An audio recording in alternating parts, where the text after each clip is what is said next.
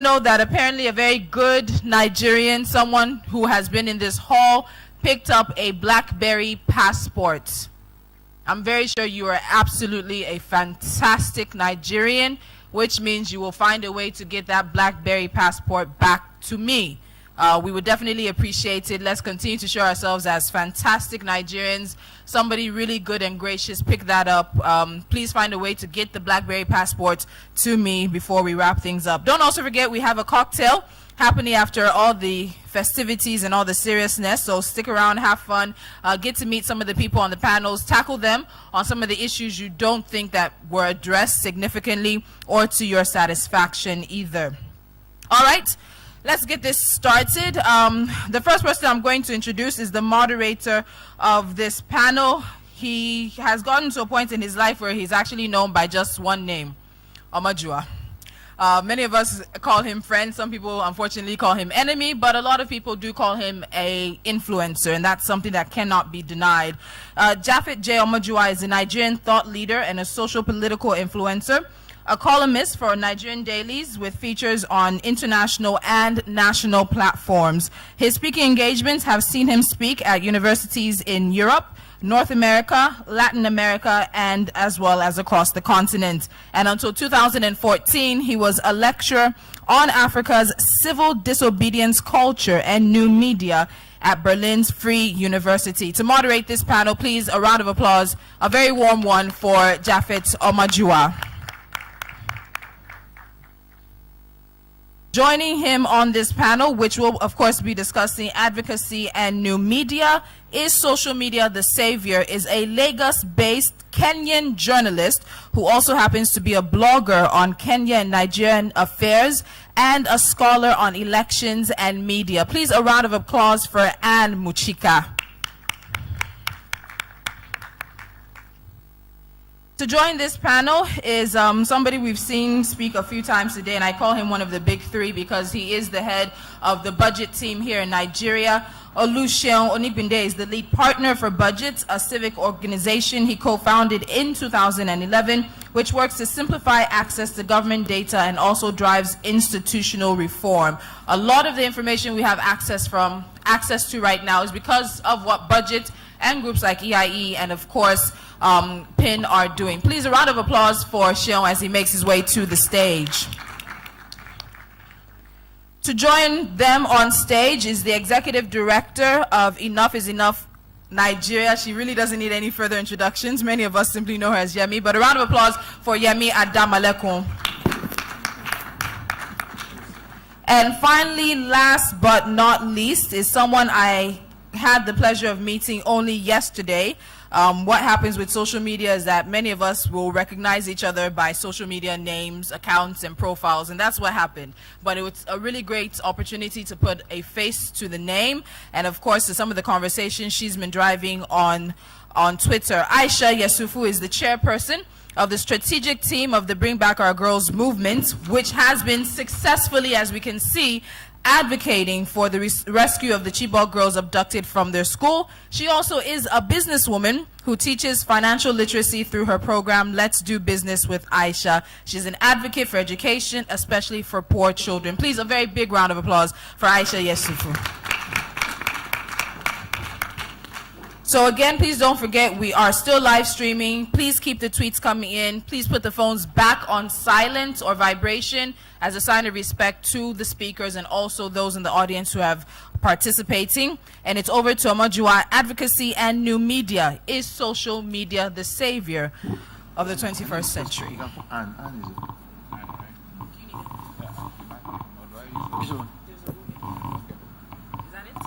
Yes, thank you. Sorry, can I interrupt real quickly? Please, a reminder that the lounges are not for any special people. So if you want to take a nap, well, you can't nap. But if you just want to stretch out, you please feel free to sit on them. And there, I think at least on that side, there's a power strip. So if you want to charge your gadgets, you can sit with them as well. Thank you. Thank you for staying behind after lunch, because I know that normally when you go for this event and you're done eating, you ask yourself, like, what else am I still doing here? Yes. I consider those that come after lunch as those that are really, really and truly interested in the conversation. Is social media the savior? So there's a background to this story, especially with respect to Nigeria. There is 2010 movement that was very, very strong in terms of getting the then vice president to become the president. There's been Light Up Nigeria. There's been, Yemi can remember a lot of these things because she was practically in all of these things. And it just started like, it was quite organic. There was a lot of disorder. There was no formation or organization. Then over the years, we now had budgets. Before budget, of course, there was EIE that was practically formed essentially for the April 2010 movement to get then Vice President Goodluck Jonathan to become president. Since then, unfortunately, not unfortunately for you to exist, but unfortunately that we have a movement that is trying to get government to do the right thing. We've had Bring Back Our Girls. Since then, we've had several movements to raise funds for indigent students, indigent Nigerians who are either ill. Only this year alone, I think I've seen us raise at least £40,000 via Twitter.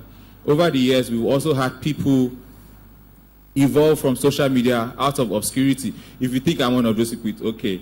And practically like become superstars. I'm not one of the superstars here. There's definitely, for those that have been paying attention over the past 6 or 7 years, there's definitely something that has happened over these years. But for those that are very, very critical of the space, I think they have a right to ask this question that this panel is supposed to help us answer. Is social media the savior? I'm going to start with Aisha Yusufu. The reason I'm starting with you is because even though I don't get to come out with you all the time, I'm a part of the movement, Bring Back Our Girls movement. And one of the things that I was thinking of was that apart from us tweeting the hashtag, apart from the daily sit-out that had happened for about 2.5 years before the 21 girls came out, I was thinking, what can we do differently? And in that same period was when these other girls came out. And I realized that maybe sometimes you don't have to do differently. Maybe sometimes you just have to continue to do what you're doing until the gusher forms and then water comes out of the rock. So do you think that social media, in the midst of everything that must have happened, what part of social media, what part of the whole success, relative success now, because there are still some other girls that have not been rescued, what part of the success of the latest rescue or latest release of these girls can you ascribe to the social media end of the movement? Oh, okay. Thank you very much for having me here. Good afternoon, everybody. First, I want to do a disclaimer. The cameras actually make you look fatter than you look, so I'm not as fat as you're seeing on the screen. So that's one. So going right on to it. Well, it's been amazing. I think the social media effect has been tremendous. We can't take that away. Because in as much as we have people coming out and we come out every day, today is actually 927 days that our Chibok girls were taken away, and it is 912 days that we've been coming out every day consistently to demand for the return of our Chibok girls. In as much as you keep doing that, if you're not heard on social media, I mean, a lot of people will even forget the issue. Because one thing that the social media has done basically is to give people voices. Because the conventional media, the way we used to know it before, it was somehow controlled. It's not long ago that we started having private ones, and it's easy to control. It's expensive. We can't even afford it.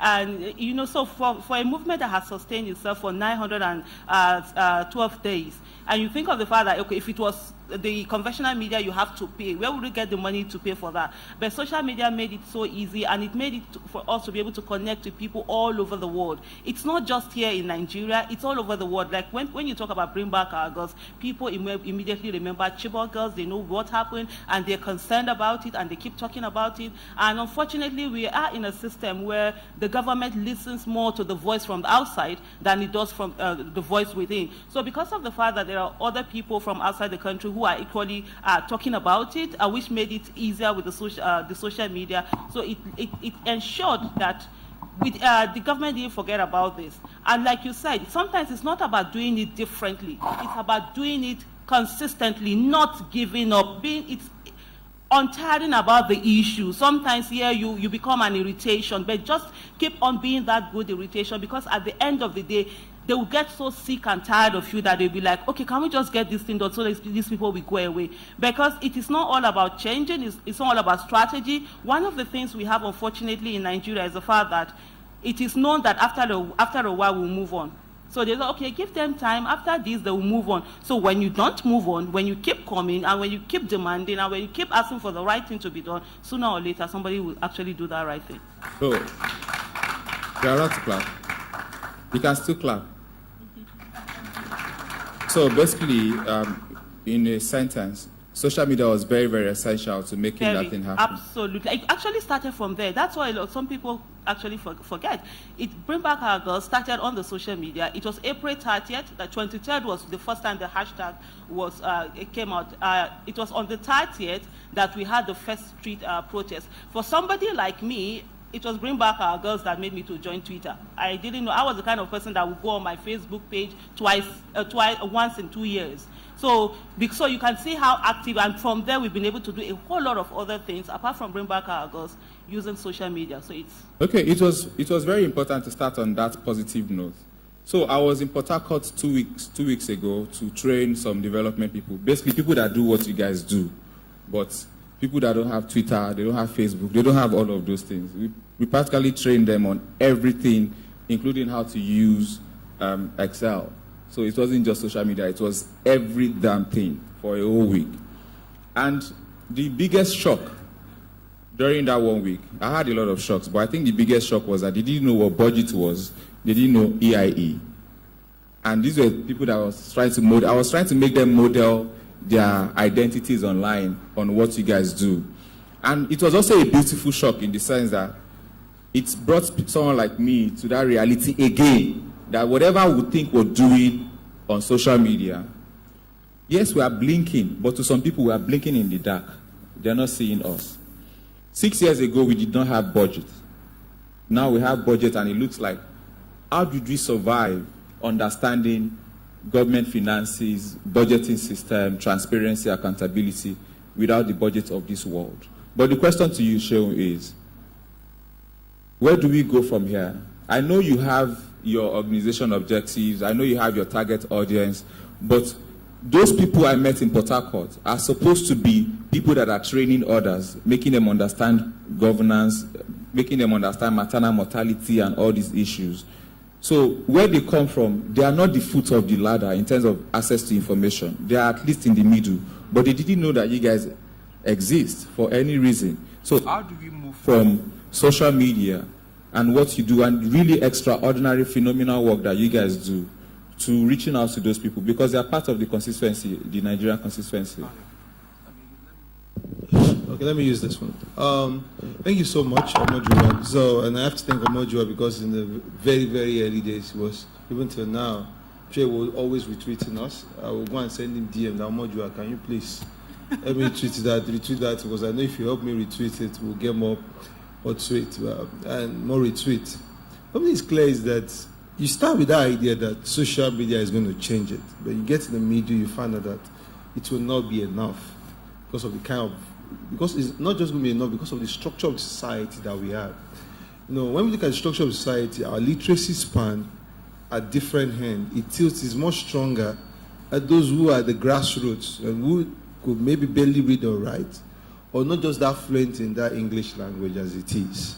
So we have a challenge in that space. We also have a challenge in terms of interest in governance. So not everybody is an Omojua, not everyone is a Jack Bros, or not everyone is a I am 10-7. No, I'm trying to even use people who are even who are politically inclined on social media. Not everybody has that interest in governance per se. The people who don't even believe that Nigeria is going to work, or they don't care that once you get there, you're just geared for yourself. So that's that span itself. So for us, it's like social media can be the only way to this. If what we want is systemic change, where transparency and accountability makes a difference, then we can't have that conversation only on social media. And 2 years after we started budget, we started this tool called Tracker, which allows people to track public projects. So we talk about, we give people infographics. Is that good enough? Why don't we allow people on the local level to send us pictures and videos or elements of the project that you are doing on ground? And that tool is called tracker.ng. You can try it out, TRACKER.ng. I think I'm allowed for some few advertising. Hear me? Yeah. So the question is, we started this tracker to get people on the grassroots, to be able to send us pictures of projects. 2 days ago, on Tuesday, I was in Boso local government in Niger State, just near Mina, to go and train people and engage people on how to track public projects, most especially constituency projects, most especially to understand that civic relationship between them and people in government. So, for me, it will not be enough. We need every point together.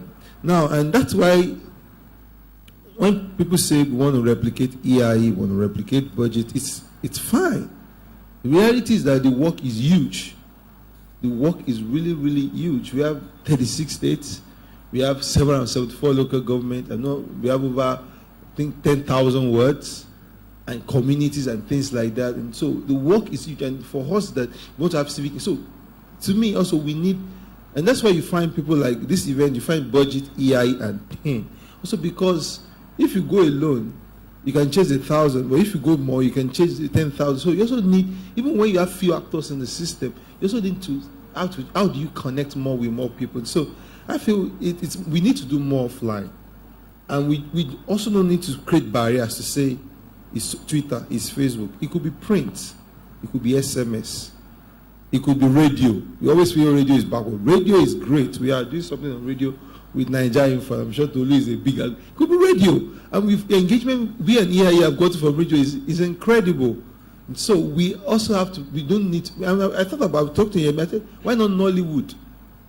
Why not somehow? We need to be unusual and also to find other ways of meeting people. Thank you. I think you guys didn't clap for him, which is unfortunate.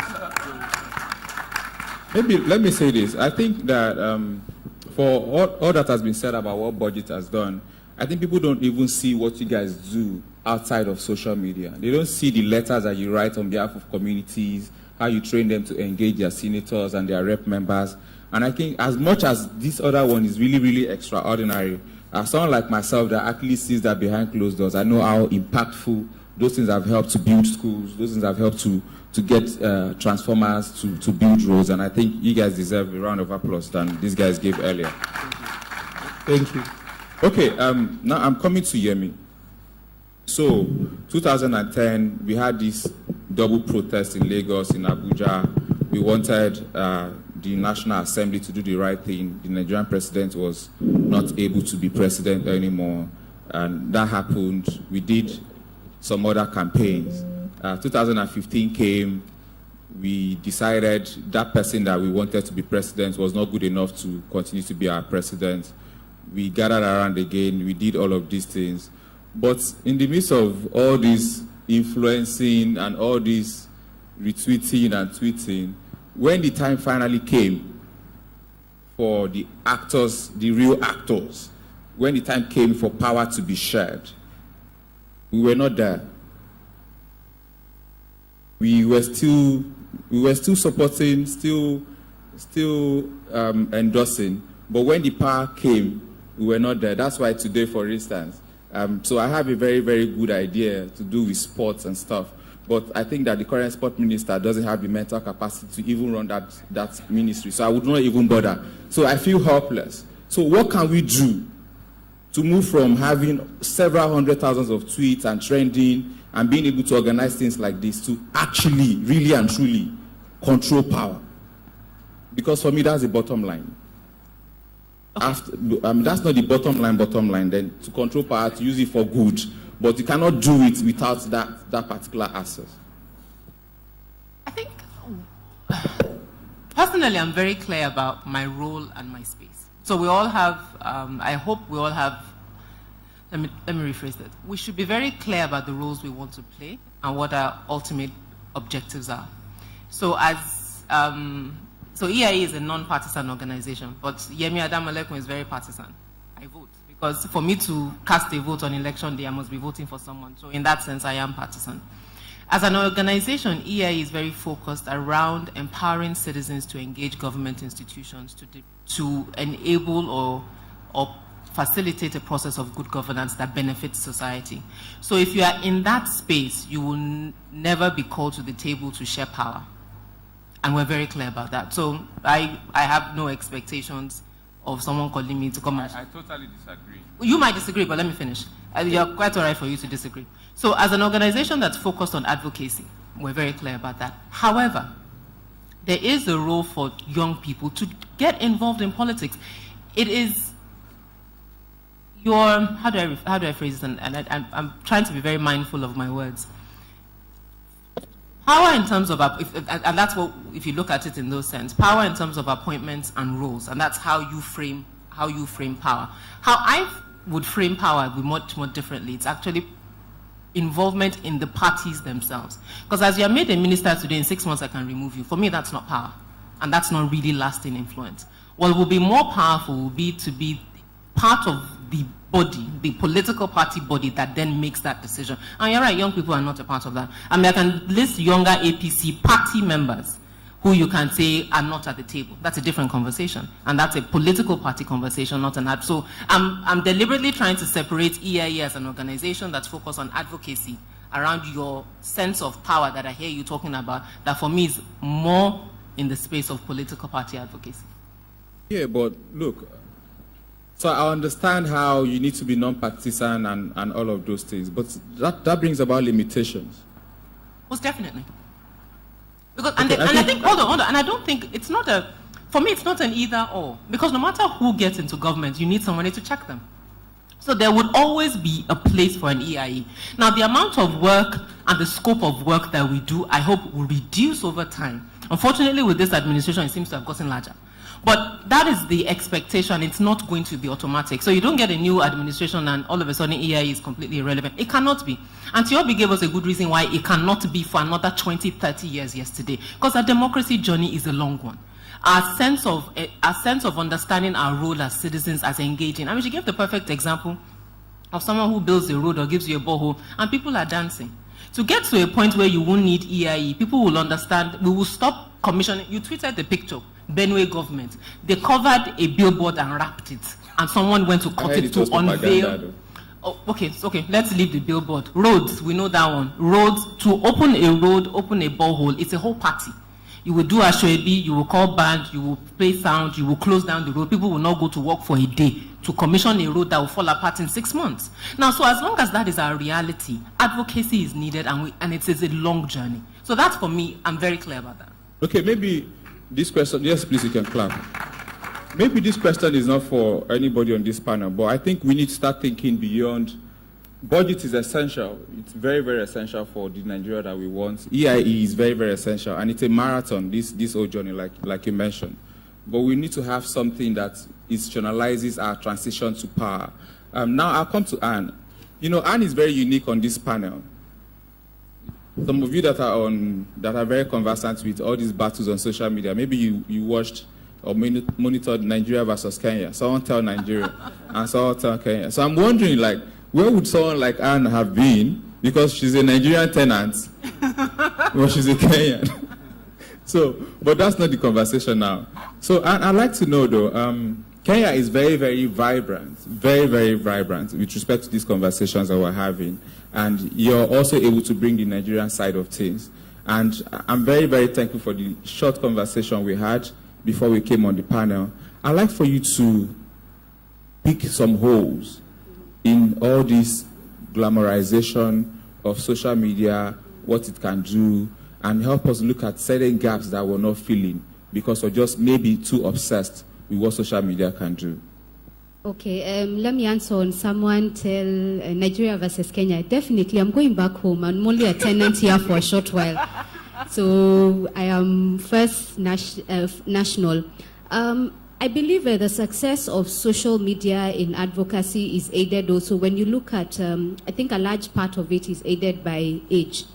For instance, if you think about, just like you're saying, I don't know how old the group you are training is, but there's a certain caliber of people for whom this social media advocacy thing is a cloud in the sky, it's a blur.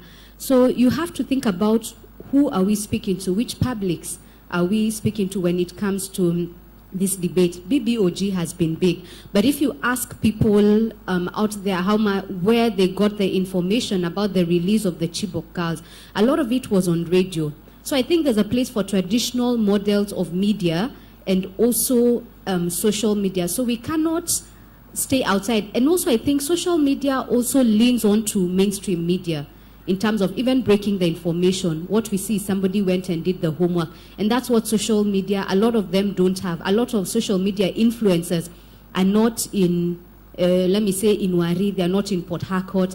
There's somebody, even if it's a civil society organizer who's sitting there, who has the information and has picked the data that is then replayed out. So we need a lot of young people who are in this social media space, who are keen and interested on doing a lot more of the homework. Because a lot of what we see out there is repetition, even blogs and stuff like that, Instagram. People are repeating what somebody else has said.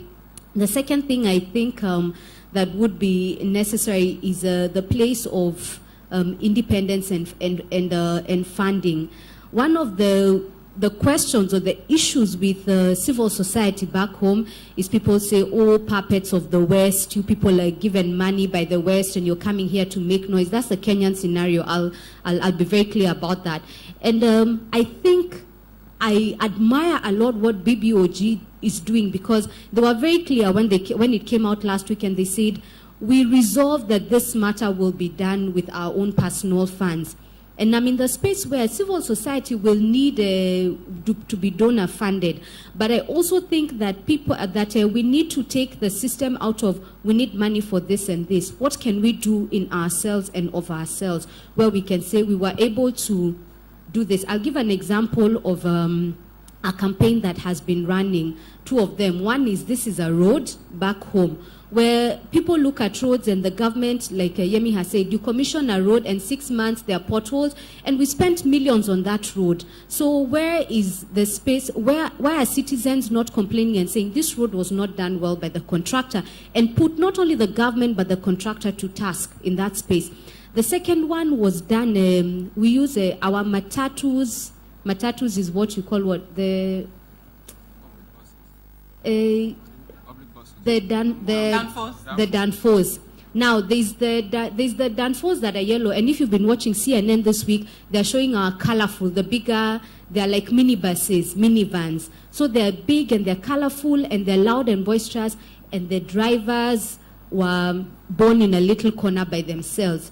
So one day, a community, because they'd had enough, and the street is narrow, they can only get out through one way. Like, let me just use Lekki, for instance. You know, there are many ways out of Lekki, but there are many areas where you only have one road in and one road out, just like Third Mainland. So this road is narrow, and the matatus were overlapping, people were dying, so they decided to walk to work for one day.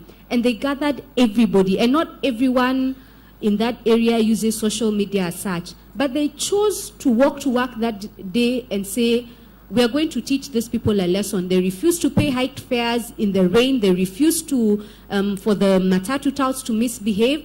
And I think there's a place where then we need to stop and to get away for one day from phones and Instagram and all those channels and actually do something physical about it. I think we have very many influencers, but I can also say that sometimes the influencers are out of touch with reality. And the last thing I'll say is also in terms of advocacy, I think we need to be open to the fact that as civil society, really, I'm a journalist, but as civil society, are we going to really die for the cause? I mean, we're ready to die for the cause, but to what length? I think a lot of you know the Kenyan influencer Boniface Mwangi and what his organization has been doing. And a lot of time people look at him and they tell him, I mean, Boniface, there was only one Jesus Christ, you know. But he's doing a lot of good things, especially in the space of holding government to accountability in terms of fiscal spending and finance. But I think there's also the place where you realize that this is a game that must be played by many people, and you must detach, as Yemi has just done. There's EIE and there's Yemi, and the two of us are different. So there's the organization and there's a person behind the organization, and those are two things that it's critical that we divorce the two. Thank you. So if we're saying, is social media a savior? I'm guessing we're not talking about saving tables. We're talking about saving human beings, right? Right? Do we all agree on that? At least principally, before you talk about saving chickens and whatever else. Yeah. So, for BBOG and especially you, Aisha, I'd like to know. So, until about May 29, 2015, there was a part of social media that thought, what are you even doing? Why are you stressing the government? And then there was another part of it that was like, keep going. We believe in you, keep going. And I don't know, maybe you've also realized that there was a switch in identity that the side that said, what are you stressing the government? Why are you stressing the government? They're now saying, yes, BBOG, keep going, we need you. And the part that said, keep going, are like, you people, are you not tired? Is it Buhari that took the girls? Can't you see that he's doing something? And one thing both sides have in common when they are against you is that they say really, really dirty, nasty things. I've had to send you private messages on social media, and not just you, actually the other ones. So the question is, these people that are saying, stop, don't stress the government, they are also the people that you're actually working for, more or less. How do you stay on the message? I'm asking this question because I'm putting you on the spot. I've seen you stray from the message. And I understand because I also stray from the message. Stray from the message in the sense that the message is bring back our girls. So staying on the message is basically continue to talk about bring back our girls. So if I say, Aisha, you are just stupid, if I stay on the message, I'll say, bring back our girls. But I've seen you respond in a way that I would have felt, no. I'm not, and this is not to judge you. I'm the king of that. And maybe I was, but I don't have time for that anymore. I'm focused on endorsements and stuff. So, but how do you, because you're a human being. It's very, very difficult to have people, and you know that this thing you're doing is good. And you're like, why are they like stressing my life? So how do you stay and insist on just the message? Because the reason why I'm asking is because Bring Back Our Girls is happening right now. By God's grace, they'll release the other girls and we will have closure on that. Yeah. There will be other movements. And there are gaps in what you do, without a question, because there are gaps in everything. But if a new movement is coming up tomorrow, they cannot afford to retain the gaps that you have. They're supposed to improve on what you're doing. So how can you help somebody here to just not look at those people who are not by the issue, but by personalities? Obviously, that's why they can switch, even though you are still the same issue. So how do you stay on that message? First of all, I would like to say, for those that used to say, what are you doing when the Bring Back Our Girls movement started? Why are you doing it? They are not now saying, oh, go ahead. They are still indifferent because, by the time they start saying, go ahead, it means, okay, something happened, and they will first of all agree that there was failure, they had failed somewhere. So most of them are just what I would like to say, they just on look. And I think the only way to focus on a message is not to allow yourself to be labeled, to be put in a box. And I think for me, if you see on my Twitter, I say I don't do labels. I hate that thing. Because the moment they say, oh, you're an activist, you're a woman, you're this, you're that, there is an expectation on you to behave in a certain kind of way that the people expect, and that's what they want to see for you. So first of all, forget about that. When you're talking about the message, like Yemi said earlier on, there's Bring Back Our Girls movement, and there's Aisha Yusufu. Bring Back Our Girls movement, it's a very disciplined movement. They are very, what's that word? Cautious. There's core value in Bring Back Our Girls. We don't do that. But Aisha Yusufu is from the ghetto. And like my son said to me, Mommy, you can take the woman out of the ghetto, but you can't take the ghetto out. That's me. So if you come to my timeline and you do anyhow, honestly, you will see anyhow. You don't pass like that now. So what happen now when you come to my time, I can't behave anyhow. So I can't leave you say waiting. So there's a difference. This is Aisha Yusufu. So, I think somehow you're missing it. So when they come and then the person is insulting me, oh, fine. Whatever you say is your opinion of me, but you know that by the time I finish with you. And sometimes I have a lot of people on Twitter that say, oh, how do you deal with it? You know what? I don't take it personal.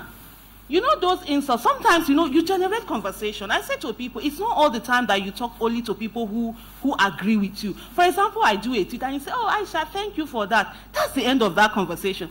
The one that is coming to say one thing or the other, I have 30 minutes. And you know me, I am a lazy entrepreneur. I'm sitting with you right now. There are people in my warehouses. So I have enough that, like I said to somebody one time, please make sure that you are not using your employer's time to tweet at me, because I am paying people, I'm doing OPT, all other people's time, they are working on that. I know, so basically, that's just the way it is. And for people to understand, like you were saying something earlier, there's a need for us to take whatever we do from the social media down to the physical world. And that's where most times there's a failing. Like the question you were asking about power earlier on. It doesn't make sense no matter how much we shout and talk and do a lot of things on social media, it doesn't translate. And you know what? People are lazy. They don't want to do it, they want somebody else to do it. That's why somebody said, Aisha, why have you not spoken about Abiba? I said, well, you are you not a human being? All it takes to advocate, mouth, eyes, nose, and just say not going. What insult have you not received? Maybe because I grew up in the ghetto where there was no food for us to eat, so we ate insults as food when we were growing up. So anything you throw at me, can earn more, what is next?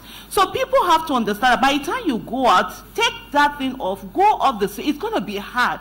But if we don't do it, who else will do it? And as she was talking earlier about that power you talked about, I say, okay, we've not really answered the issue of power. People need to take that power back. If somebody is not doing well where he is, you need to go out and demand. They will call you jobless. They will tell you you are paid. You know what? I've done so many, I can't remember how many matches I've been on. Social media, apart from Bring Back Our Girls, the savior that it is the fact that I can speak, whether the government likes it or not, they must listen. If they are not listening, why do they have all these SSSS, whatever, on new media?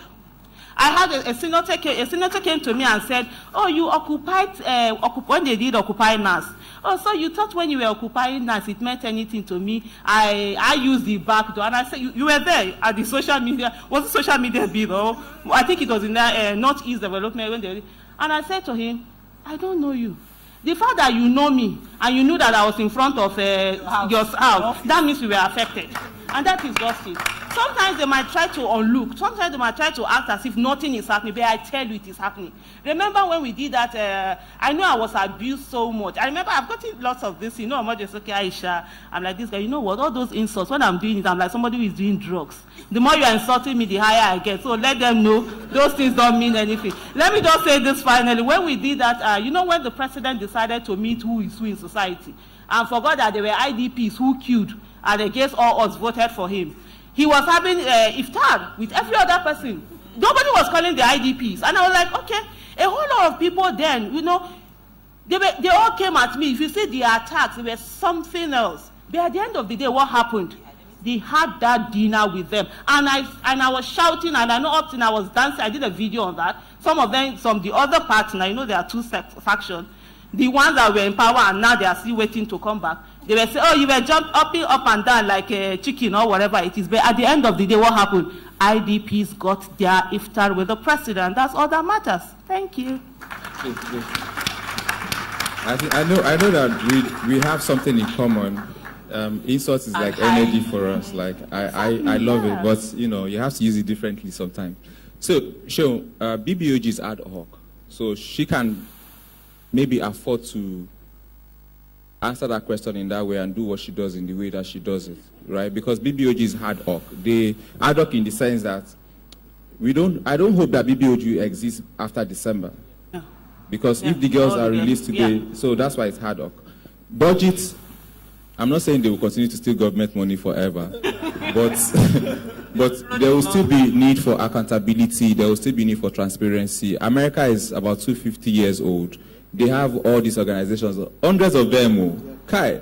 But so the question is, and you've also faced the same thing. Maybe, so she said that those people are not saying go now. They're just like, they're confused. They don't know what to do because they said there were no girls before. So how can you be saying go now? But in your own case, more or less exactly the same thing happened. The people that were very, very excited when you do a revelation on Jonathan's ministers and this and that, they are not like, what's your problem? Can't you see that the president is already going after these people?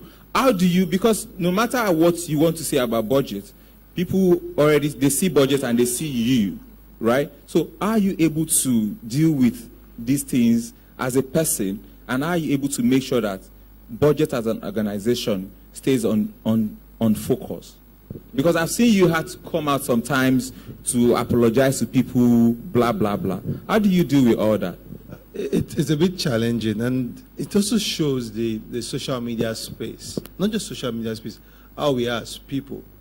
So you have a group that in Jonathan's time, they were friends, the biggest retweeters of budgets, biggest followers, and you had a group that said, who are these people? You want to bring it out Jonathan's government. Then suddenly, and I remember someone warned me about this thing to say, I said, now we'll have more active citizens. He said, no, don't just assume that one. You're just flipping the coin now. It warned me that day. Said, you're just flipping the coin. Calm down before you assume that all the people that were with you are still going to be with you. And that's the truth. You make a tweet today, and I'm always very curious. You profile everybody that retweets. So you make a tweet today. There are 3 things that happens to budget tweet. It could get 25 retweets, meaning it was just a basic tweet. Then you do a tweet that eats out at President Buhari's issue. For example, he wants to borrow money now. I say, we don't even know what he's borrowing money for. Or that's eating from the public. Fine. Is that a good armor for the opposition? So you get 80, 100 retweets. Have you? Once in a while, you go very hard, and you're not even sure if it's going to be viral, then you get 300, 400 retweets. So even virality for us, we are not even certain what's going to be. We didn't anticipate Fashola's 78 million naira website was going to be viral. Honestly, it was a tweet that was sent 6 p.m. in the evening. It was someone that was just bored and found data. You get what I'm trying to say? And before you wake up the next morning, he's already on Sahara Reporters and Premium Times. And he was already on Punch, and they were already doing interviews with him. So you also don't see that. The thing I've noticed is about the social media is getting so toxic and polarized. You know, there's this guy called that says money has spot this place. Is here, look at 57. Reality is that it's getting so polarized, it's getting tiring. And it's very, very dangerous, even for those people that are trying to protect civic spaces like budget. We're trying to say, let us have conversations based on facts. That's number one problem. That you're not finding that you're in the middle is getting very, very narrow. That when it doesn't conform to our bias, then it doesn't work for us. And it's dangerous. And sometimes the comfort I get from that is that we're not only talking to social media. We're also reaching a lot, doing a lot of more work, more on offline. Sometimes my staff won't laugh at me that social media is just our PR stunt. It's just our echo machine. It's not like that's where the real function is happening. But we also want to engage with people in that space. It's becoming the problem. And I don't know how we're going to detoxify that space so that we become citizens first. I was arguing with someone 2 days ago about Dasuki. That Dasuki has a case to answer. He said no. And was fighting me on technicalities, and we're doing almost 25 tweets back and forth.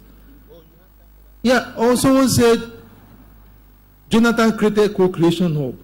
I said, where did Jonathan create co-creation hub? And he started stringing it up and down. You know, and so there's a problem. The people just want things to conform with their own bias.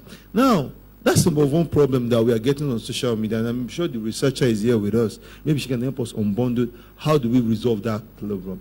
The second challenge, and people just cast people like EIE and Sport, say, yeah, the people that helped to elect Jonathan, to elect Buhari. And now people feel, oh, you are the only two people that you are even too patient. You have not entered the system. When you enter the system, you know that these things are not just as easy as you think. Okay, fine. Maybe one day we will enter the system too. The second Are you planning to run for office? For office? Not now. Maybe someday. The second problem, again, has to do with, I think, the issue of the identity of the person, which Aisha mentioned, and the organization, which are the two problems I see. Mr. Shonimide says his mind about Dasuki. But that's not what budget thinks. By the fact that I don't usually, I will sell, because once in a while I make mistakes, I don't usually tweet for budget. There's so many. I'm used to, but you're not a big man. Yeah, because you also have to define. So once in a while, if I find that, oh, this is something that we need to latch on trends, I might quickly do it. But I'm not the one that does that, because I used to do that. I also have a lot of things to worry about. Today is 20 what Bravo, now? This and that. Today is 20 what?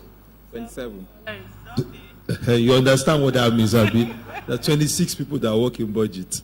So they will have to be paid. So I also have to worry a lot about that. And so I just say my mind, but people think that's the position of budget. People think every time Mr. Shonimide that's only good numbers and forget the contextual issues. So that also is a problem. And I think that's why sometimes people always that symbolize organization. Maybe we get more. I think Yemi is the biggest example of. Yemi doesn't say much on social media. Yeah, maybe it's time we also step back a bit and do a little more. But No, I don't think know. you step back. Maybe I can help me out. Because there's the organization, there is you as a human being. You can't deprive yourself of a voice just because you have an... I'm sorry, I don't step back. No, but that's off the record. Yeah. We can have that conversation No, after. yeah, we can, because I also don't feel people tend to try to color their brand with the position of the lead. So I'm not on the panel, so there's a limit to how much I can say, but people will always talk though, so you have to do what you have to do. I'll wait, sorry, let me just weigh in on that, because I think what Sheon has a valid point, and I think especially for young organizations. So the more that organizations have more visible faces, then it's easier to be able to do that dissociation. But if you are the strongest association with your organization, it's a bit harder.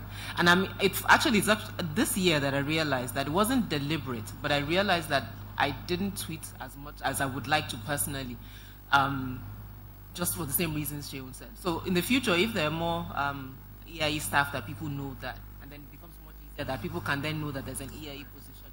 Yeah. Organization. The people that supported PDP in the last, the people that still support PDP to today, the people that their offenses, but they call themselves COA, maybe, but they are COA, they are strong COA people. The people that today, they still attack me. Like Stanley? Yeah, Stanley.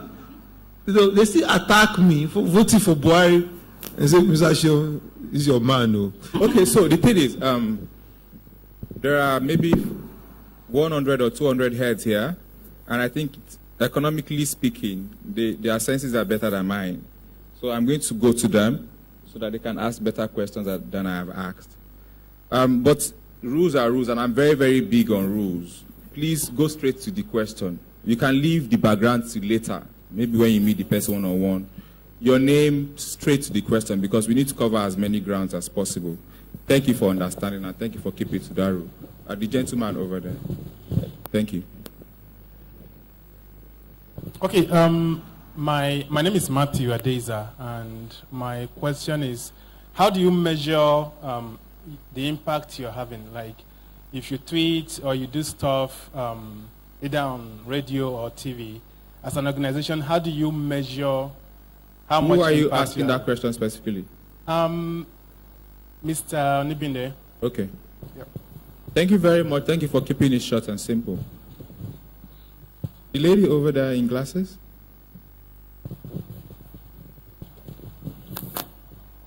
Good afternoon.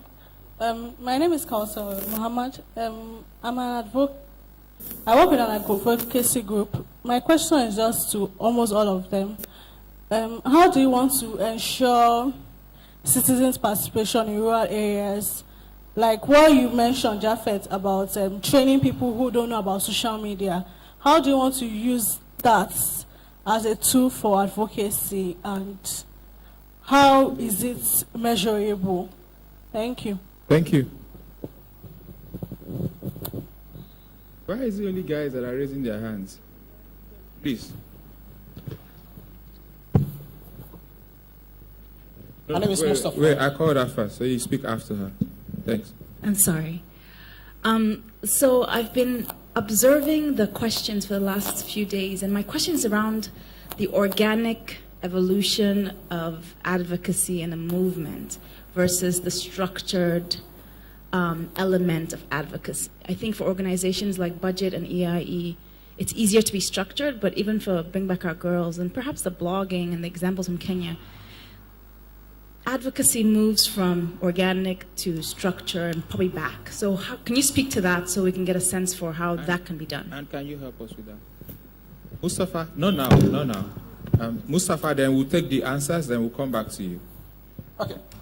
My question is about the participatory in democratic process. The use of new media, how do we encourage the people? It's obvious that the youth or the people doesn't usually, kind of, the same set of people that participate in the democracy, especially the election, the contesting for a particular position, are the same people that still have interest, and the people that keep shouting still keep pushing. Yes, advocacy is advocacy. Those who believe in calling attention of people may not have interest in being at that place. But the other people, how do we use the new media or social media to encourage or to improve the interest of participation in democratic process? Thank you. So they'll take the answers. One question per participant, and then we'll come back to you. Sure. Let's start with the first one. How do you measure impact? That's the toughest thing for every organization. And I think I've gone to a lot of conferences, and that question keeps coming up. Because sometimes the answers are not quick. That's the reality. The solutions that we are tackling, we are not fully responsible for the solutions. The problems are that we're not fully responsible for the solutions. So BBOG will bring back our girls through their advocacy, but they are not going to go and bring the girls from wherever they have been kept. So I always tell even donors or investors or who they call them that we will not solve all the problems. And so measurements will still keep being, and with budget we do three things. Number one, and they're broad. We say one, engagement. How much engagement are we having? Not just social media, civil society to government, government to citizens, citizens to themselves. How much engagement are we having? So we have this thing called the OGP. So it's like a civil society and a government partnership, and we're in the middle of that. Social media, we're connecting citizens to government. Media, we're trying to do something with Guardian and Business Day now in terms of data journalism. So we do a bit of measurement. How much impact do we get in that regard? We do influence. How much influence do we have in public policy? You know, if we take a campaign, open us now, when does that change? So we also measure that may not still be tangible. And the third thing we now do is reach, which is the easiest thing to do. How many people have we reached? How many people is following budget on social media? How many people is following people on Facebook? There's an independent measurement startup now that measures media reach. So based on the program we do on radio with Nigeria Info, and we're also moving to Abuja and also currently now in Abuja, how many people does that reach? You know, those are the key metrics that we stick to in budget. Like I said, we can't capture everything. We can't be too sure of everything, but we just make sure that we're not exaggerating our influence so far in the space. Thank you. To pinpoint certain times that you've influenced change directly. That's when you say influence. Yeah, you say we categorize influence. So if we say we got a school built in a Woye logo, brilliant. If we say, oh, we raised the issue of budget padding, and we did a whole lot of infographics around that, it's not tangible. But a lot of things happened after that. 2 DGs of budget was sacked. You know, a new guy is there now, and we are already seeing faults in this MTF document that has been suspended. So those are things that are intangible. It goes as you have to also find a way of broadening them. Say, okay, this is your own way of changing the system gradually. Thank you. Impact basically sometimes is how you want to say. Yemi? What was the question? Sorry. Question about people in the rural area. No. Yeah. Okay, and then I'll do again. So I said this yesterday as well. We can't reach everyone. I mean, social media has barriers with internet access and penetration, has barriers with literacy. You technically have to be able to read and write to engage on social media. So from that perspective, we can't reach everybody, and I don't think that should be an expectation. So the example Omojo I gave, I think if you're just helping someone set up a Twitter account, then I'm not too surprised that you haven't heard about EIE. Because most likely you won't have come in contact with us. Sheol mentioned this point earlier when he was speaking. One of the things we've tried to do is move beyond. We started organically, and I'll tie it to that. Ended up being now a structured formal organization, which has its challenges. You have funders you have to report to. I mean, I remember during Occupy Nigeria, we had to send an email to our funders that we're not using their funds to protest, because we can't.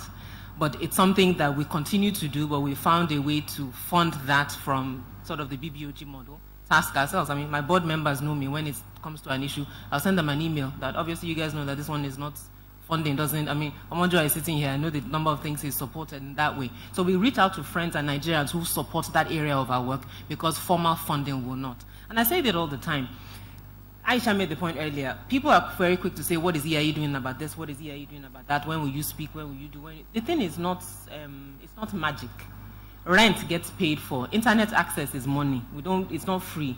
Our office space is so those, I don't know, it's interesting how people don't connect those things. Those things need to get paid for. So somebody has to pay for it whichever way. So as an aside, so back to the rural areas.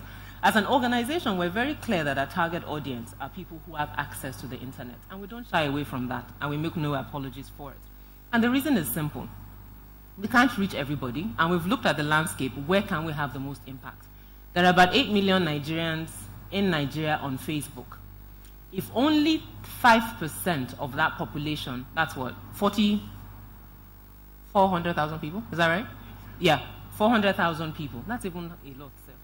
If 400,000 people on Facebook understand their rights and responsibilities,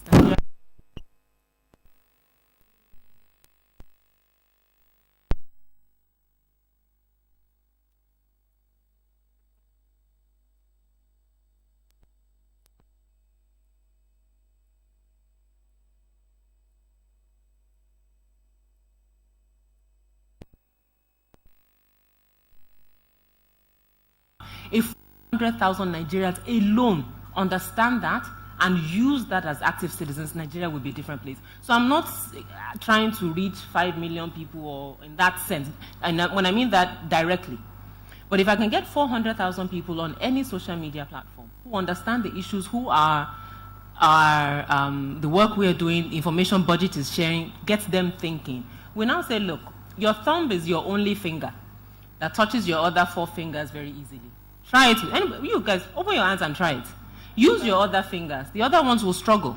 But your thumb is the only one that touches it very easily. So we say, look, if you have access to information, see yourself as a thumb.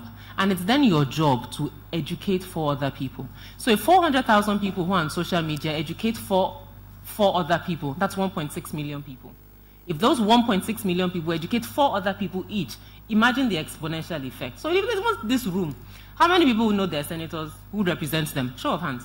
And none of the people who work in government. I'm looking at you guys. None of the people who work in government. Who know who your senator is? Jude, you don't count.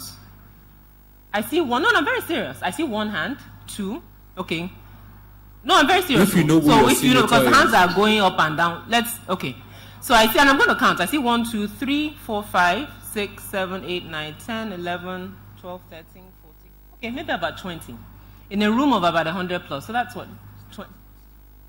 I know. By the time we start going down, I use senator because they are the smaller. By the time I start doing House of Rep, State House of Assembly, I know the numbers will go down. So for me, that's indicative. So let's not be working to, because for people who worry, we're too elitist, we're only talking to people online, we're not dealing with the rural people, we're not doing grassroots people. I get that all the time. And I'm saying, let's start here. So even look at the ones that have taken the time.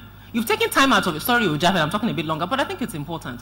You've taken time out of your schedule to sit because you are interested in this topic. So even within this room, we are not maximizing the knowledge that we have access to. How much more why are we worried about people in the rural areas who are illiterate to do anything with that? So, and I mean, obviously, the thing is, no organization or individual can cover every space. The richest organization in Nigeria is the federal government of Nigeria, and it doesn't cover everybody. So imagine small organizations that depend on donor funding. And are you going to help us with the question on organic and structural forms? I think I'll try because my area is not civil society, but I just want to say that I think when it comes to this, you have to look at the history of movements, of civil society movements and of advocacy. Why were they formed in the first place? Why did they begin? What are the big organizations that, right from the West that began and where have they been to now? There has to be a cause. Was the cause collective? Was the cause individual? And that is, I believe that informs to a large degree this seesaw effect of ours. Like for instance, I would say the cause of Transparency International is very different from the cause of a budget. How did Transparency International start? And it has morphed over the years. So you're also looking at timelines when it comes to that. So what we may be seeing as structured civil society groups and organizations started from somewhere. At what point there were a collection of people who believed in the same idea, and then it grew. And that is probably what, what can be seen over the years. So what we can see now as one-man show, one person with a dream. I want to help my Nigeria. I want to make sure that we have a government that is giving us right access to information, that we are able then to collate what they're saying our spending looks and now.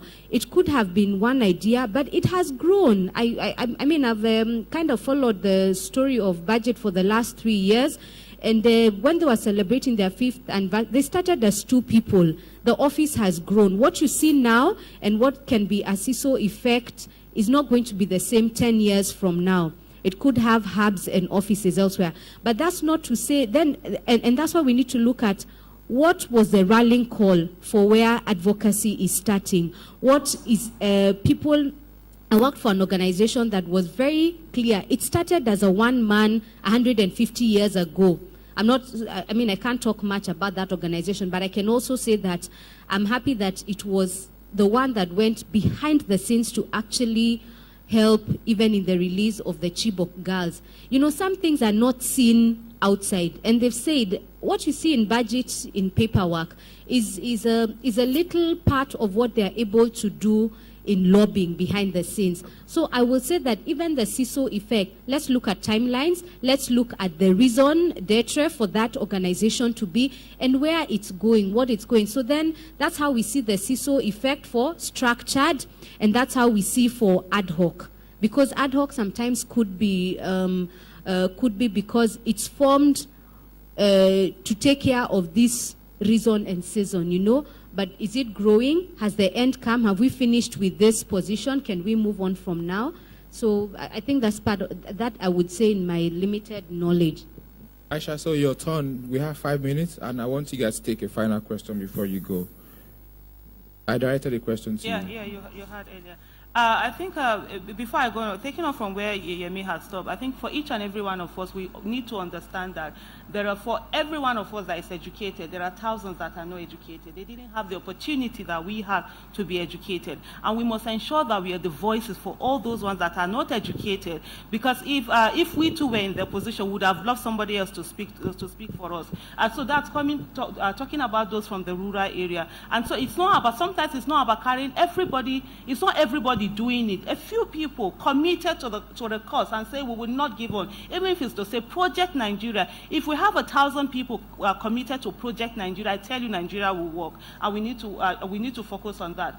On the issue of encouraging people to go into the democracy, I think leadership role per se, I think it's something we need to start even as children. We need to start teaching children that it's okay to aspire. It's okay to want to be something, because most times what you see, we have this kind of warped sense of decency. People don't want to. So when you say something, they say, "Oh, stop flaunting it," or "Stop being boastful," or something like that. So culturally, we hold ourselves back. People should know that at any time you can aspire. If you're 10 and you want to be the president of Nigeria, please go ahead. If you're 20 and that's what you be proud of it, begin to work towards it.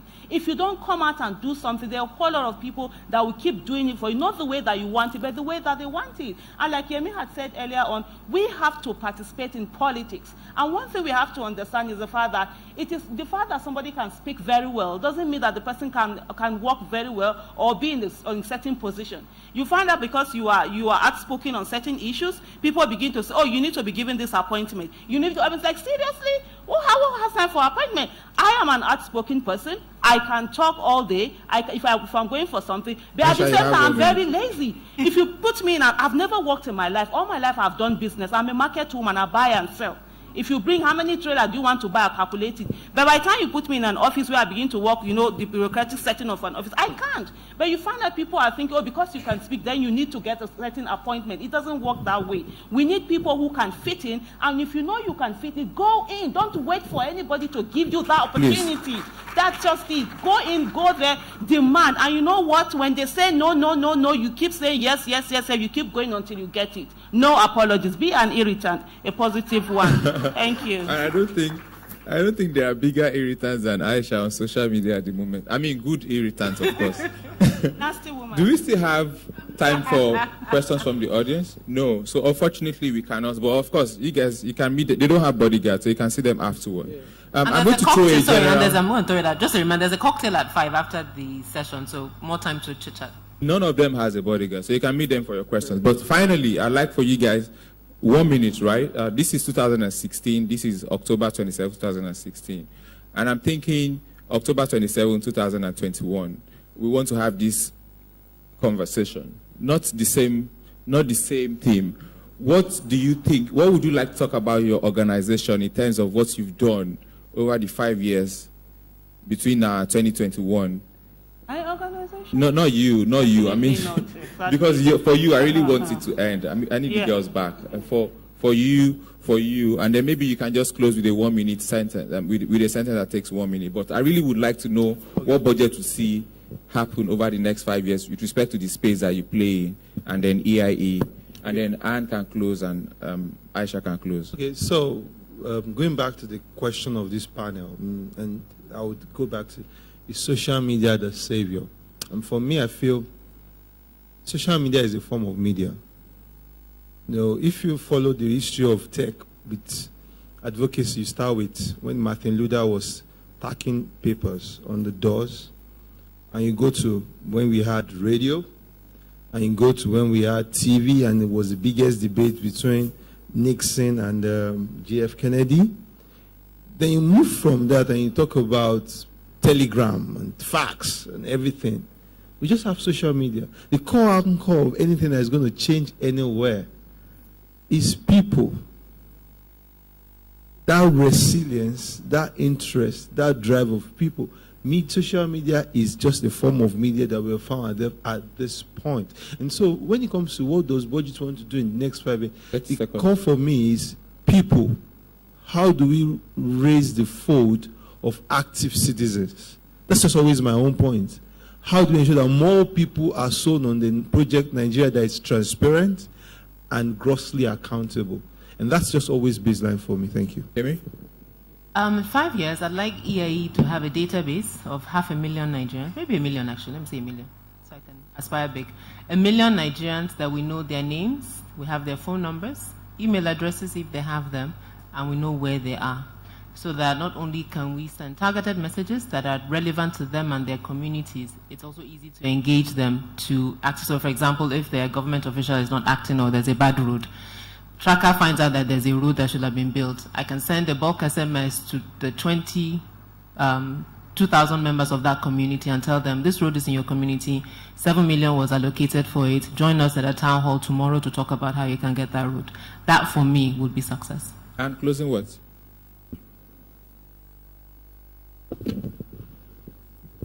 Knowledge is power. Have your facts, have your facts, have your facts. In advocacy, no man, No man is an island. You must peg even the people you don't want to speak to, and it's very critical. Government, civil society, community. Empower the community. Empower your drivers. Empower your cooks, your nannies. Even in the little things, then you'll be able to big win at the top. And finally, where I'd want to see 5 years from now, even as a journalist myself, is that people are not afraid to ask the hard questions, not only for civil society, but even for government and individuals totally. And you as an individual, your vote is your power. Use it. Returns, Aisha. Well, for me, I think in 5 years, what I would like to see is where is the corrupt ones that are bowing their heads in shame, and not the incorruptible ones that are made to look as if they are not smart because they went into a certain position and they didn't take out money. I want in 5 years to see a conversation where it is not about whether you're Igbo, you're Yoruba, you're Niger Delta, you're Edo, you're a Muslim, you're a Christian, you're a woman, or you're a man, but the fact that you're a human being and what you're bringing to the table. Like I like to tell a lot of Nigerians, what make you think you are from where you are? The only reason why I know that I'm from Edo State, from Agbede, is because my parents told me. What if tomorrow your parents tell you that you're not who you think you are, but you're actually the person you think you hate that gave back to you? So at the end of the day, let's focus on Nigeria. What difference are we bringing to the table? Because let me tell you something, each and every one of us here, we cannot go to the bank and borrow money with our ethnicity. Neither would we be on Forbes World Riches with our religion or whatever town we come from. So let's focus on. So, ladies and gentlemen, the question was, is social media the savior?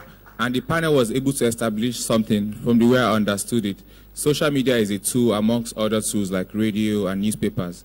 Ultimately, for change to happen, we need people. And who are those people? You guys here. Thank you for my panelists. Please, a round of applause to them. Thank you for listening.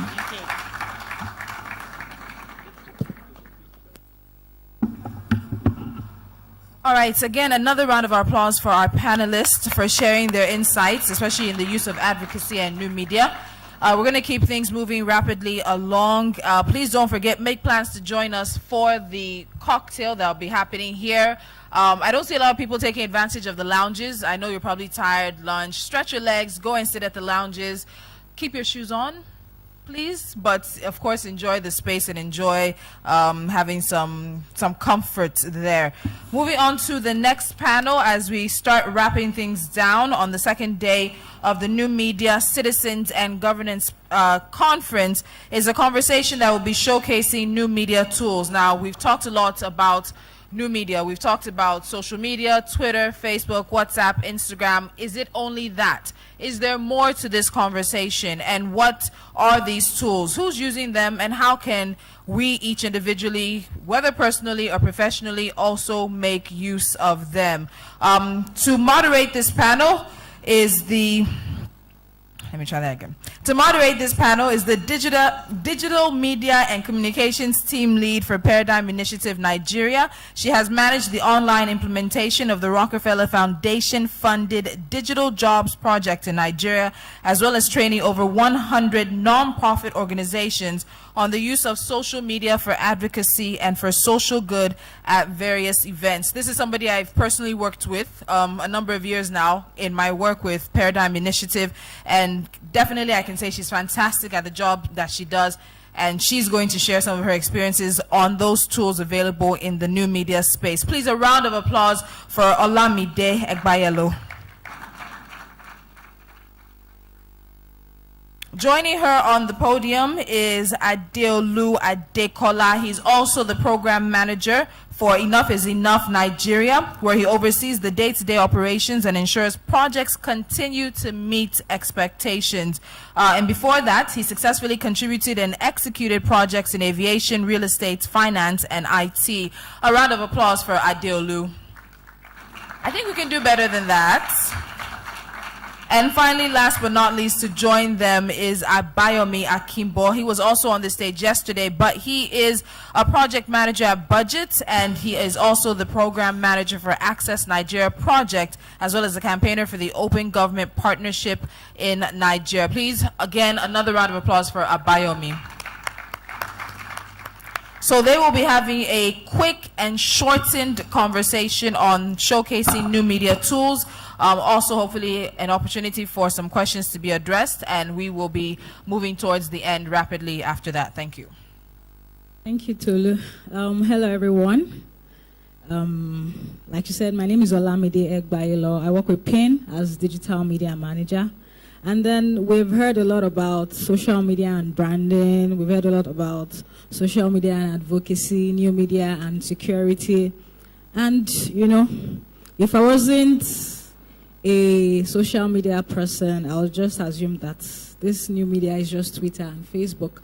But there are tools that we use to, you know, to share information on new media. Sometimes you see that Budget is tweeting, even in the midnight. You're wondering, are they sleeping? Sometimes you see tweets come out from Omojua's Twitter account, and you're thinking, does he post all night?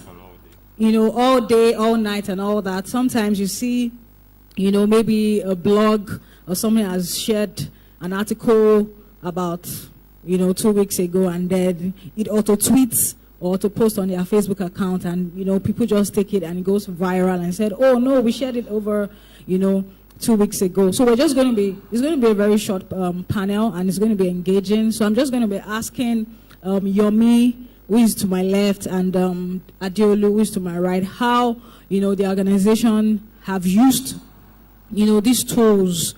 You know, before coming up, I was on Twitter, have been live tweeting, and then I just decided to go on one of the tools that we use to monitor trends, hashtag campaigns, and I checked up the official Twitter account, the official hashtag NMCG 2016. I checked up how many people, you know, have been interacting with the hashtag, and I saw that, oh, it had, as at about 30 minutes ago, it had about 1.3 million impressions, and then over 300,000 naira are actually interacting with the hashtag as we are here. So I'm just going to ask Yomi. Is your mic working? Okay, so budgets create a lot of infographics. You know, you do this during the budget process, budget process and all that. We had budget give us, very concise and informative infographics. How did you go about this? How did Twitter help you to spread the news, or did you just think that let's share? How did you go about sharing information with infographics? Okay, thank you very much.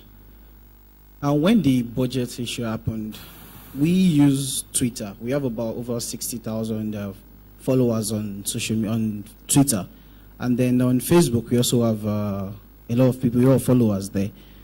But if we had to wait for our designs to come out and then put it on Punch or put it on Guardian or put it on any newspaper, it will have to be the following day. But then Twitter is real time. It gets the message out there. So we use Twitter. You notice that if there's a message on Twitter and on Facebook, no disrespect to Facebook, it might get there maybe about 2 days later or 3 days later, and then people start discussing it. But we've been able to use Twitter to engage people, a particular set of community, to engage them where they form interactions. And then with one tweet, you get a response. People asking questions about, okay, what does this mean? And then you'll be able to respond to them. And then we transfer this information to Facebook, where we can have a post and get people to engage and have a conversation via Facebook. Currently, we use Twitter and Facebook, but we also use Instagram. But every social media platform has its audience. But then we are actually not much present on Instagram, but then on Facebook, on Twitter, we use that most often. So we believe that using social media amplifies the message we're trying to pass across to people. It's actually a good thing in a way. Somebody asked yesterday that is social media a blessing or a curse? Sometimes you tweet some things and then you get some backlash. Sometimes it might be like a curse, but then you're getting the message out there.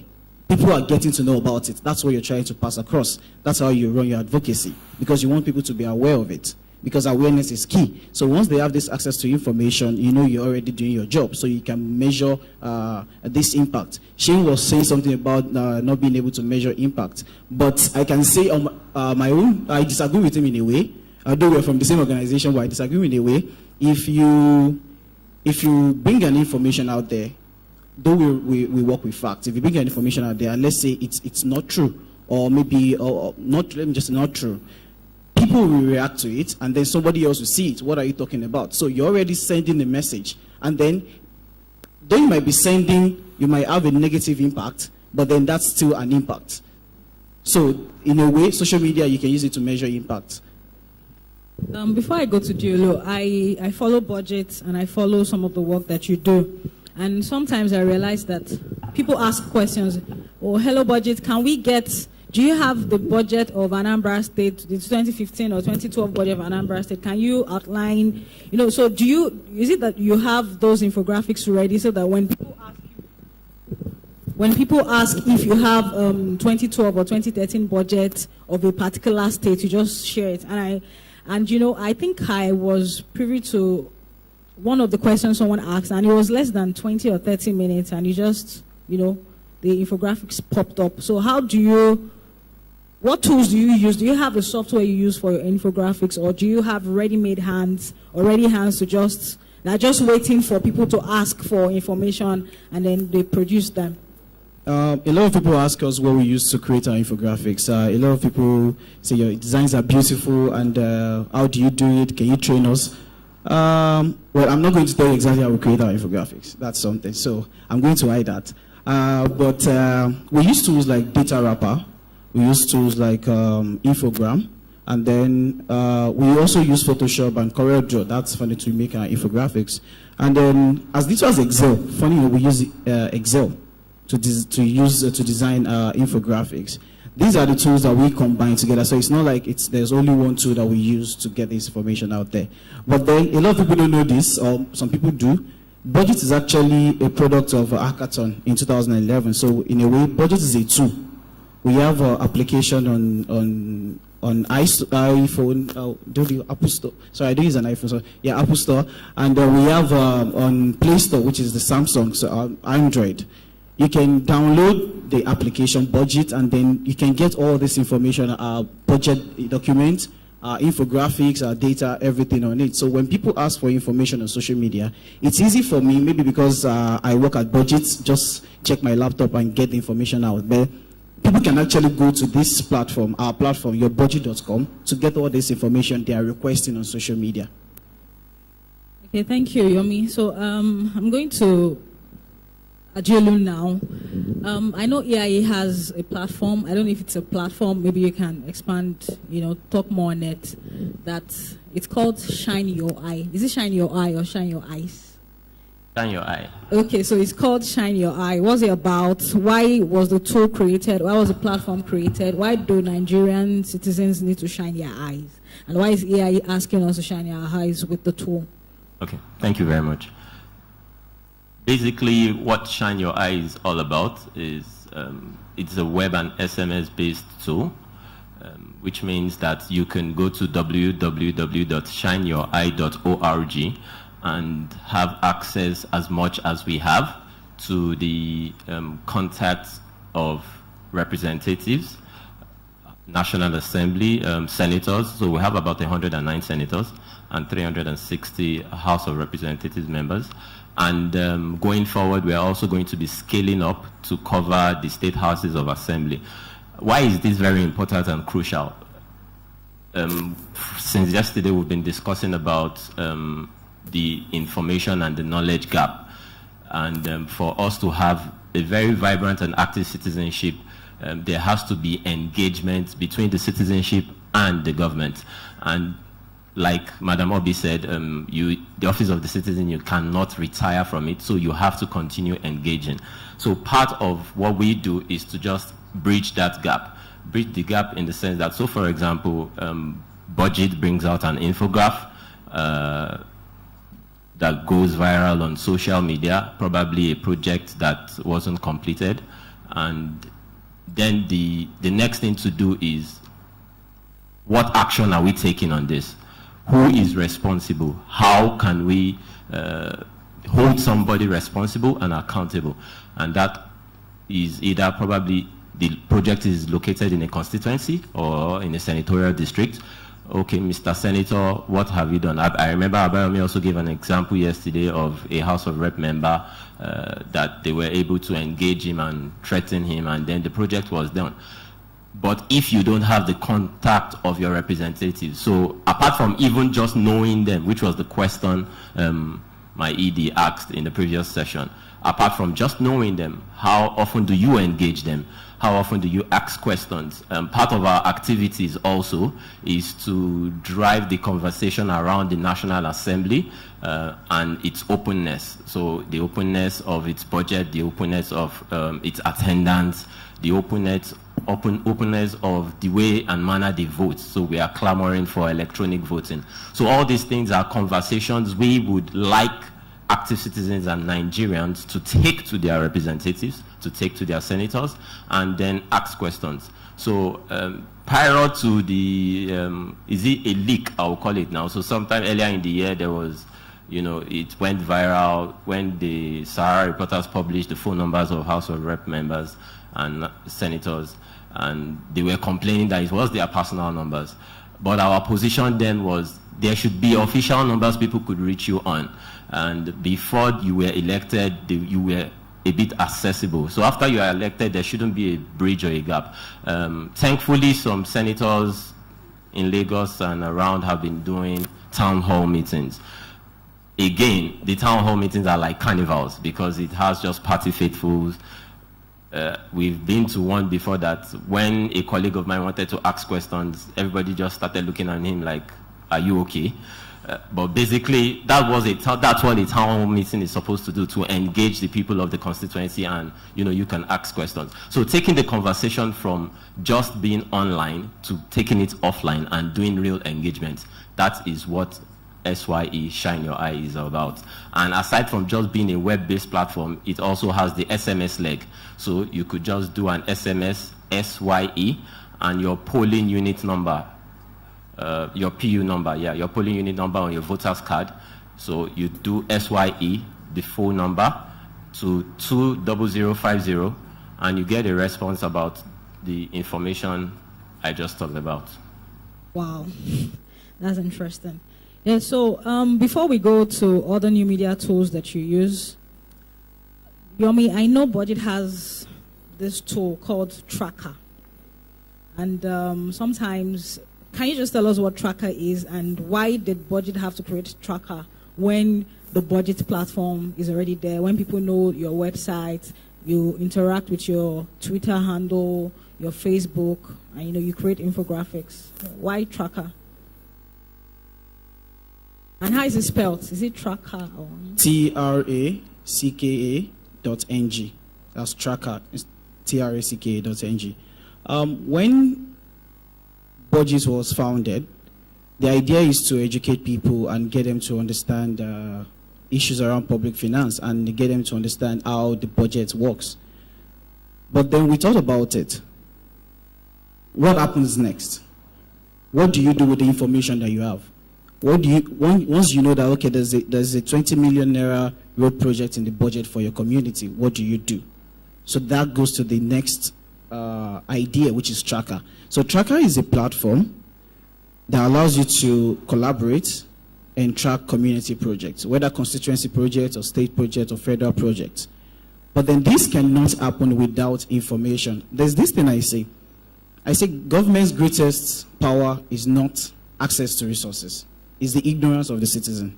Because once you don't know about something, they have power over you. But once you have information about how your money is being spent, then it's very hard for any government official or anybody to take those funds and put it in their pocket. So Tracker allows, currently we have about 16 project tracking officers with the 16 states. So what we do is we get the information on, let's say, constituency project, for example, and then we track, we mine the data, like construction of so-so-so in so-so, the location, the amount, and the description, and then we deploy these project tracking officers to the states to go and check this project and see the status. Okay, so we confirm if this contract has been awarded. If it has not been awarded, there's nothing we can do. But once it's awarded and it's signed that this has been awarded, then we can track. And then we see we try to track the implementation progress. So if you are saying that a 40 million naira school building is in Iwoilogo, and then at the end of the year, you say, okay, it has been completed, and we get there, and we don't see any building. This has happened in many cases, actually. So it's not like I'm trying to paint anything, but this is how it is. This is a reality. So if as a citizen you have this information, we empower you using Tracker. You'll be able to check. You'll be able to ask questions. But like I already said, this is not possible if you don't know who represents you. So you need to know who represents you before you need to know who exactly to engage. And in cases where many of it we have seen, in cases where people don't know who represents their interests at the National Assembly, we try to gather information across to them because not everybody is on social media. So which is where we come with town hall engagement. We can travel as far as Nasarawa to go and engage them. I was in Kano last week and I was in Kaduna. So these are part of the things that we do. We have to move from one place to another to engage people on how they can demand transparency and accountability with these two. So platform is an application that allows you to track and monitor your project in your community. That's about Tracker. So I know that some of the organizations here, we have Budget, we have PIN, we have AIE, and then you see live updates from our social media platforms and you wonder, do these people rest? Are they always online? Are they? So I'm going to be asking them questions about, what social media tools they use. So maybe I should start with what we use at PIN. So I manage PIN's social media handles and all our web applications and all that. So, and I'm here. Our Twitter handle is running. So, for example, I'm supposed to be somewhere else, and then we're supposed to share live updates on some of the things that we do, and we're supposed to, share particular message at a particular time. So, what tools do we use? So, there's a tool called TweetDeck, where you can share information. You want to make sure that you know that people are always online between the hours of 1 and 2 p.m. and then you're going to be busy at work, and then you have a series of tweets you want to do, and you want people to know about it. You want people to know about them. You could go on TweetDeck, schedule your messages, and then you're doing what you're doing. And at between 1 and 3 p.m., your messages are there, people are interacting with it, and they're asking you questions. Maybe the next time you'll be available is 4 p.m. And you just go there and share and, reply to requests and all that. And then there's another tool called Hootsuite, spelled Hootsuite. That also helps you to, so on TweetDeck, you can't actually schedule more than one. Maybe you want to schedule on Twitter, you can't schedule more than one picture. But Hootsuite allows you to schedule as many as 4 pictures. You can schedule for Twitter, schedule for Facebook, schedule for Google+, and all that.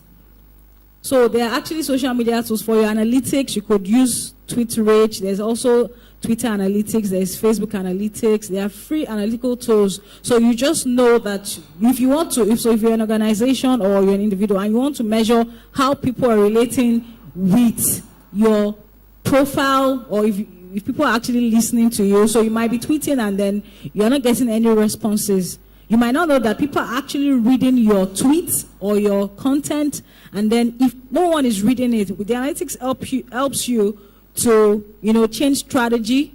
Are people reading it? Okay, if they're not reading it, what am I doing wrong? What am I doing right? And then that brings me to my next question to budget and EIA. I know that there's this weekly, I don't know if it's weekly, radio chat on Nigerian Info. It's weekly, and it's on radio. Do people listen in and then ask questions via social media platforms, or do you get a spike when you're on radio? Are there actually conversations happening concurrently, on your social media platforms? Are people asking questions while you're on radio? So let's. The radio program is Office of the Citizen, and it runs on Nigeria Info 99.3. We are currently moving to Abeokuta as well. Tolu can be the one to give us the statistics on the impact. But while we have this discussion on radio, we have people calling, and then we get messages from Facebook, from Twitter, from WhatsApp, and depending on the topic you're discussing, there's some that are kind of technical, some are things that people can relate to. So people are actually calling from all platforms, send messages, tweet using the hashtag, and so we get questions and information from people. So they relate with us. So it's not just only about using maybe Twitter. Once we go on radio, we also have people from Twitter joining in on conversation from Lagos, from outside Lagos. So yes, we do. We also get that from it. Okay, Ajulu, what are your experiences with EIA and then the radio program? I think it's on Top Radio. What's it called? Oh, okay. So on Mondays, we also have a radio show which we do. It's called No Wahala Monday. And it's just basically helping citizens to resolve issues around anything and everything. So there have actually been requests for help. There have been requests for different varying issues, but majorly it's just a handshake of conversation. So sometimes we just give the basic information and we'll say, okay, we are going to tweet and copy Top Radio, copy Tosin Buckner, follow EIE for more information. But majorly, what we try as much as possible to do is to ensure that the engagements are very robust and holistic, and also we give solutions to people's problems. Yeah. Okay, thank you very much. And we hope that we're rounding up the panel right now, but we hope that you have been able to get one thing or the other. And then if you'd like to know about more social media tools and new media tools you can use for your organization, for engagement, you can reach out to any of us. We'll be willing to answer your questions. Thank you very much for listening. I'm sorry, I know this is not new media, but please check our platform, tracker.ng. It's a very good platform for you to track your community projects. We want your feedback on that as well. Thank you very much. All right, ladies and gentlemen, thank you very much for your time and attention. We are ready for the last session. And from there, of course, please don't forget that there will be a cocktail happening immediately afterwards. So please stick around, have further discussions with any of the panelists or anyone here. Make contacts, network as well, so we all leave with some gainful insight. All right, so the last conversation we'll be having is on managing social media accounts for public officials, and we have individuals who exactly do that.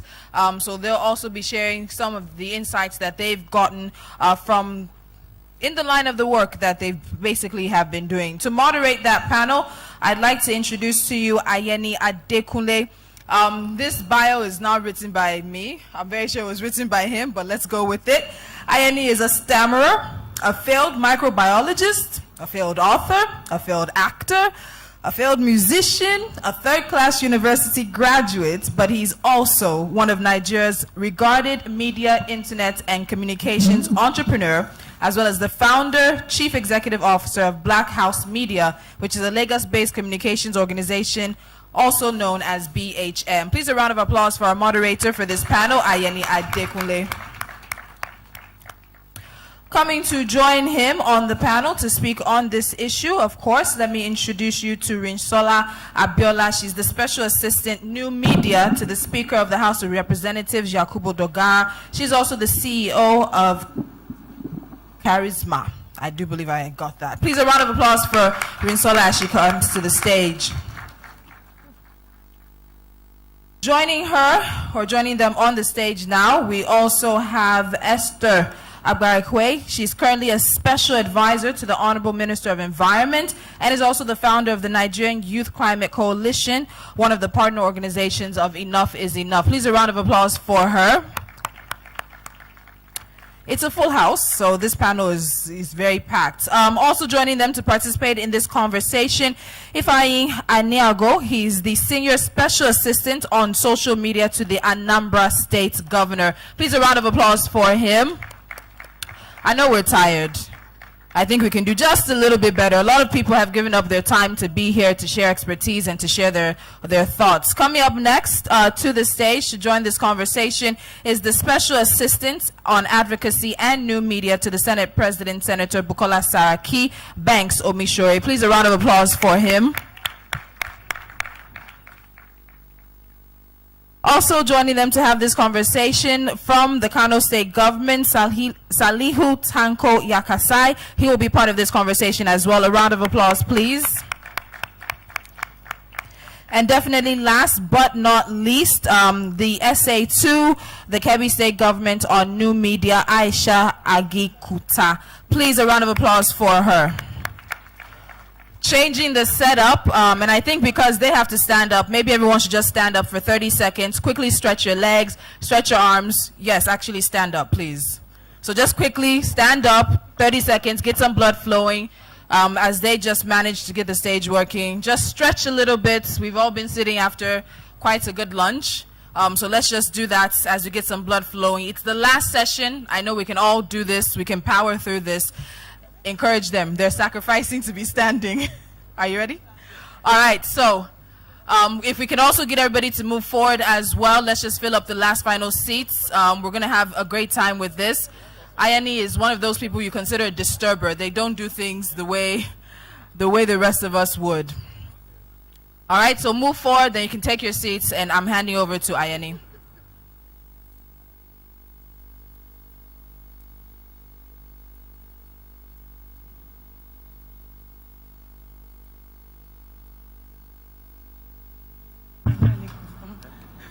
Hello, good evening.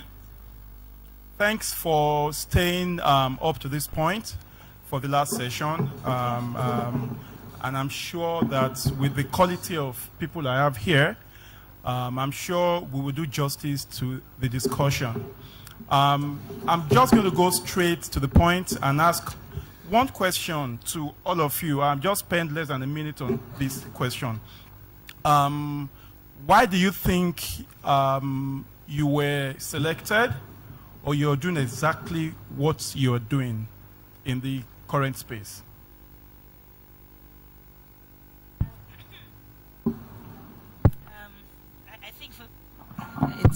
Thank you very much. For me, I think it's because I've already been doing something about social media and environment, and I think it's very important that you be able to have the experience and knowledge of the issue to be able to do the work, whether it's advisory or whether it's actually assisting, but you need to have a kind of knowledge and experience. I think that's for me. But of course, there's God as well, you know. Thank you. Yes, good afternoon, everyone. My own, I think, is very obvious. It's because of my background in both traditional media. I used to work with Freedom Radio in Kano State as a journalist.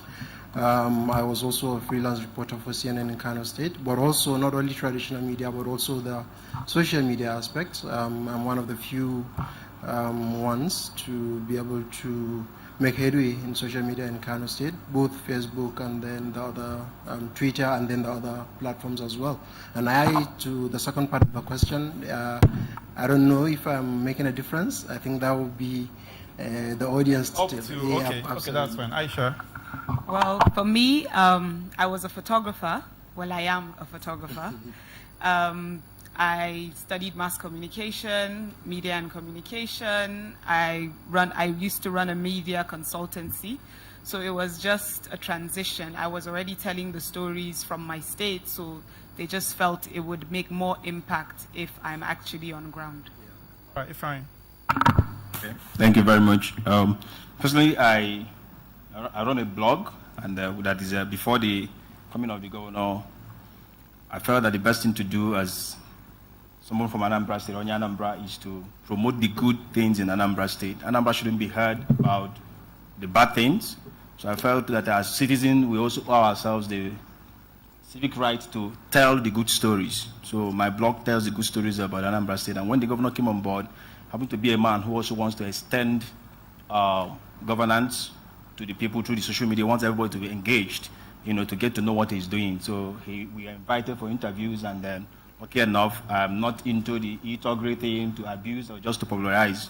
So I'm into youth development and run a blog that says, let's promote what we have in Anambra State. Let's tell the good story about Anambra State. Thank you, fine. Risola. Okay, good afternoon, everyone. I was selected because, in addition to being active in the party's youth wing, I also have a professional diploma in public relations from the Nigerian Institute of Public Relations.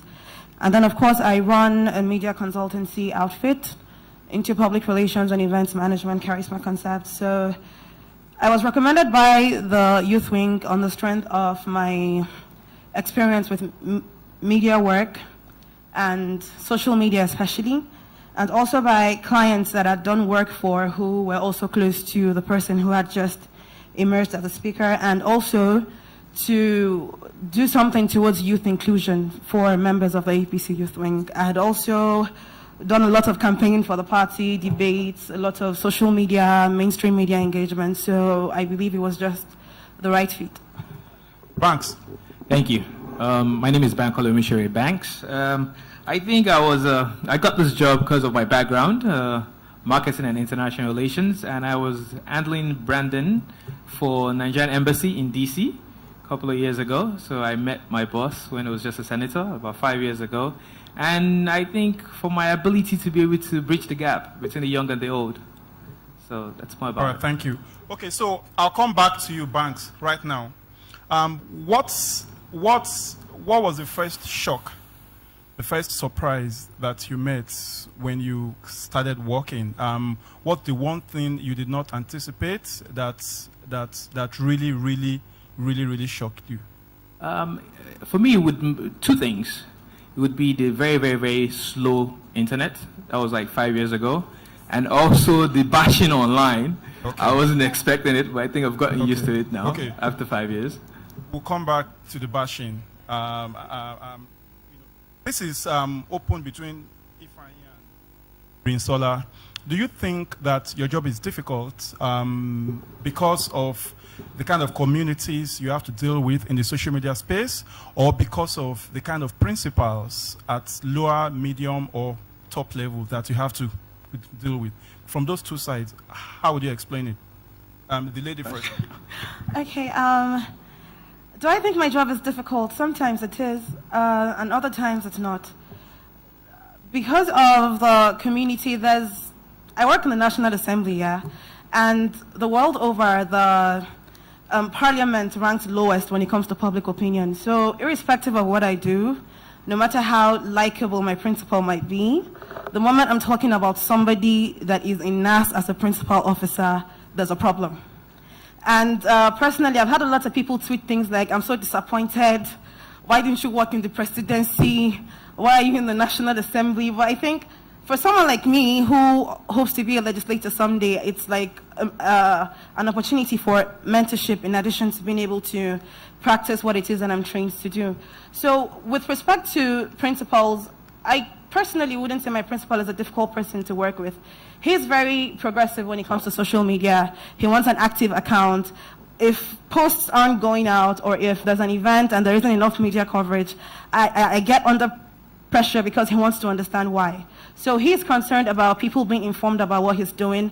The achievements recorded within the first year of his tenure as speaker were very well publicized. And so I'm sorry to cut you. So what makes your job easy or difficult? It's easy because we have what to work with. We don't have so much of a communication gap in the office. If my principal is going somewhere, if I'm not there, there's someone else on the media team that is with him. So there is the information, I'm being fed information constantly. I know what to tell people when questions come up on issues we've been briefed about, when we have talking points. And if I'm not authorized to comment on it, I make that very clear also. It's difficult in the sense that no matter how diplomatic I try to be with people sometimes, just because of who I work for and where my office is, they're already looking at you like a sellout. That's just how I'll put it. Yeah, I will just take it from there. The most difficult thing there is that you are seen as being with them. You know, there's that gap in Nigeria where those in government are seen as being there and the people the other way. So that's the major thing. And then it's difficult again because when I started this work fully, I discovered the disparity between the people, the young persons like us, and the information. A lot of persons do on the internet, but they don't have access to the information. People could say a lot of things on Facebook, but they will spend little time to go to Google to find out what it means. So when you make a post, even if you are talking about somebody, when you say the governor has done so thing by someone's house, he or she wouldn't bother to step out to find out what is the truth. They will just make that comment. So that is actually a difficult thing and relates to what she really said, that people attack you here and there. It's also difficult because there is that general understanding about people not taking what happens on social media very serious. So when somebody like me came on board, there were that initial reactions, why should we have an aide on social media? Why should the governor employ somebody to be on social media to do this or that without taking time to find what my job description is and what I was supposed to do? I'll stop you there, sir. I'm sorry, I'll stop you there. Because that's a very good cue. Okay. Now, part of the problems you face is that some people don't understand why these ladies and gentlemen should have assistants on social media on this and all of that. And I think it's a valid question. I'm going to ask the people on the left to describe in 1 minute what exactly is it that you do.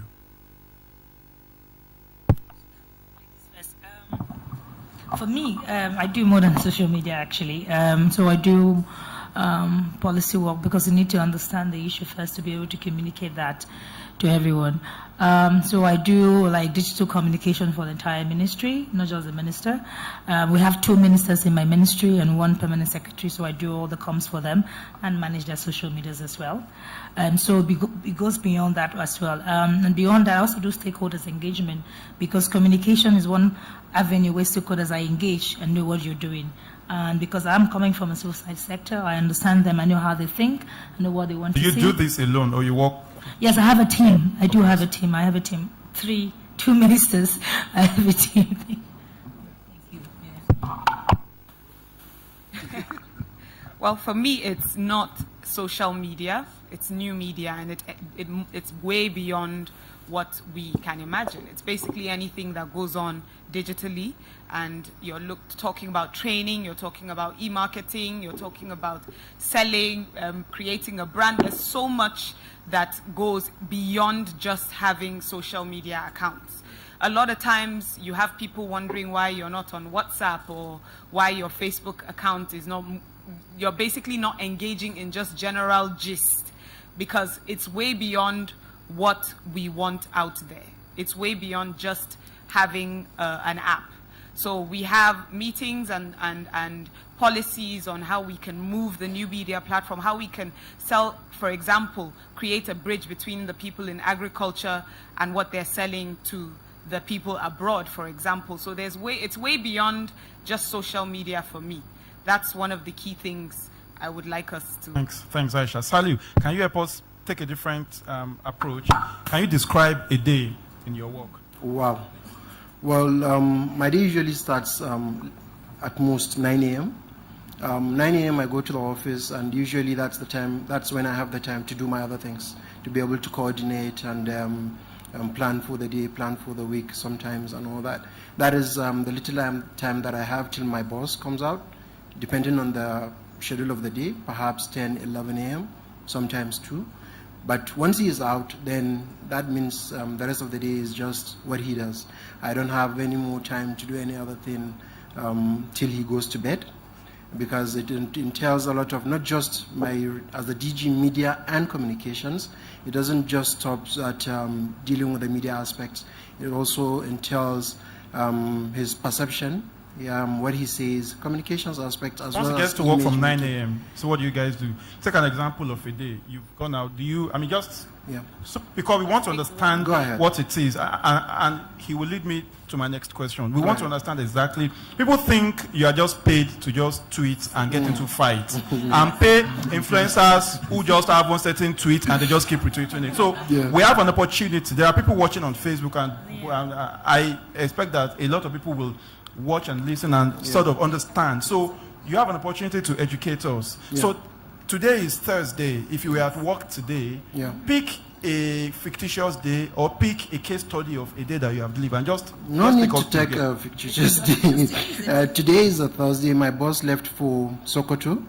We are having a first political retreat in Sokoto State, where the state party APC is having a retreat in Sokoto State. So he left for the airport around 10 a.m. to board a flight 11 a.m. Once he is in Sokoto, after an hour or so, he will meet with the party leadership to brief him on the activities of the event. And then after that one, perhaps lunch. After that one, he will meet with other stakeholders. He's definitely meeting with the governor. After meeting with the governor, perhaps he takes a rest for his evening prayer. And then other people that he has to meet, just typically today. But sometimes, like tomorrow. So what do you do in that space? I'm always with him. Okay. I'm always with him in terms of... You're not with him right now. Yeah, because you guys took me away. Because we kidnapped. So what would you do? And let me, to not put him on the spot, let me expand that. I'd like to know. Yeah. Okay. Like, I'm the CEO of an organization. I wake up in the morning, I go to Facebook, I go to Instagram, I go to the newspapers, I check my emails, I get to work, I check my diary, I know who you also. So let's understand. So let's open it. You can take it, but if you want to try, let's spend 2 minutes just trying to just dissect that. Can I share an experience, for example? Go ahead. Okay. Today is the Thursday, so typically in the day when I go to the office, I do what we call media intelligence. I scan whatever is talked about the minister or the ministry. When I came in, I created a WhatsApp group for the ministers and the permanent secretaries. So when I see information like that, I require them to know, be aware. I post it to them and immediately respond next action. So I do that a lot. And then, of course, I have the schedule, which we have approved the day before. And there is need for a minister to meet with media, which she does a lot. I have to be talking point for her. She will not talk to a media with a talking point. If I have to prepare a draft, a speech for the senior advisor to finalize, I do that. So, for example, today she had a meeting on the preparation for COP22. I had to make sure that she approved the media pack for the media, and then prepare her to go to the villa to meet with the Minister of Petroleum and the President on the launch of the 7 big winds. Event like that, I must go with her in terms of to manage her brand. If the press want to talk to her, they come to me first. If it's interesting, interesting. Is that true for everybody here? So it's basically, I think. Okay, fine. You want to add something? Okay, please. Go ahead. It's very important I say this. What I do as a social media aide is in 5 phases. Outline. One is taking the media space, as one of the panelists said earlier. Getting the information out early enough. That is, I think that's what is common everywhere. Second is the emergency alert service. Anambra State, we've used the social media to do a lot of, emergency alert services, which we will soon launch officially. Something similar to what Gidi Traffic does in Lagos. Then we have the social media entrepreneurship programs, which is being put together. I've had some discussions here today and yesterday. We can actually create about 10,000 jobs in a year via the social media. It's not about training talks online, but you can effectively employ, engage young persons online. And then the fourth one is feedback. I actually run the feedback for the government through the social media.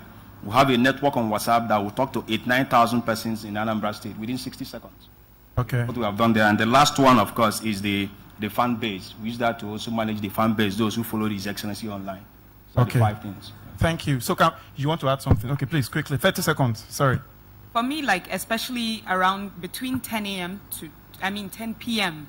to 2 a.m., there's a lot of chaos going on. So if there's a story that has broken, some people, that's the time they have to rest to actually go online. So if something comes out against one of the government officials, for example, before morning, I need to find out.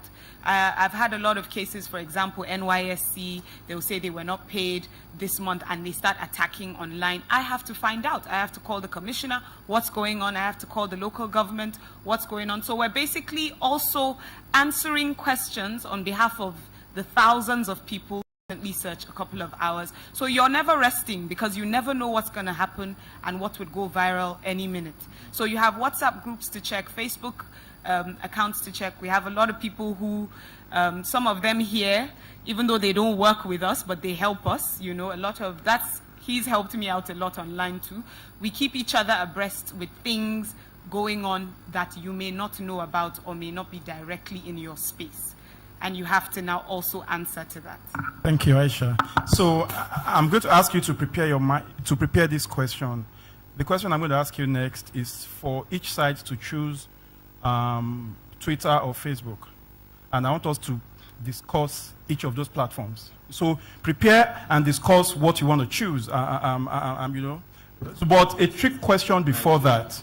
And I want everybody to answer that. And think about how you answer, because it's going to be followed by another question. Okay, a trick question. Be careful how you answer it, because I'm going to follow it with a question.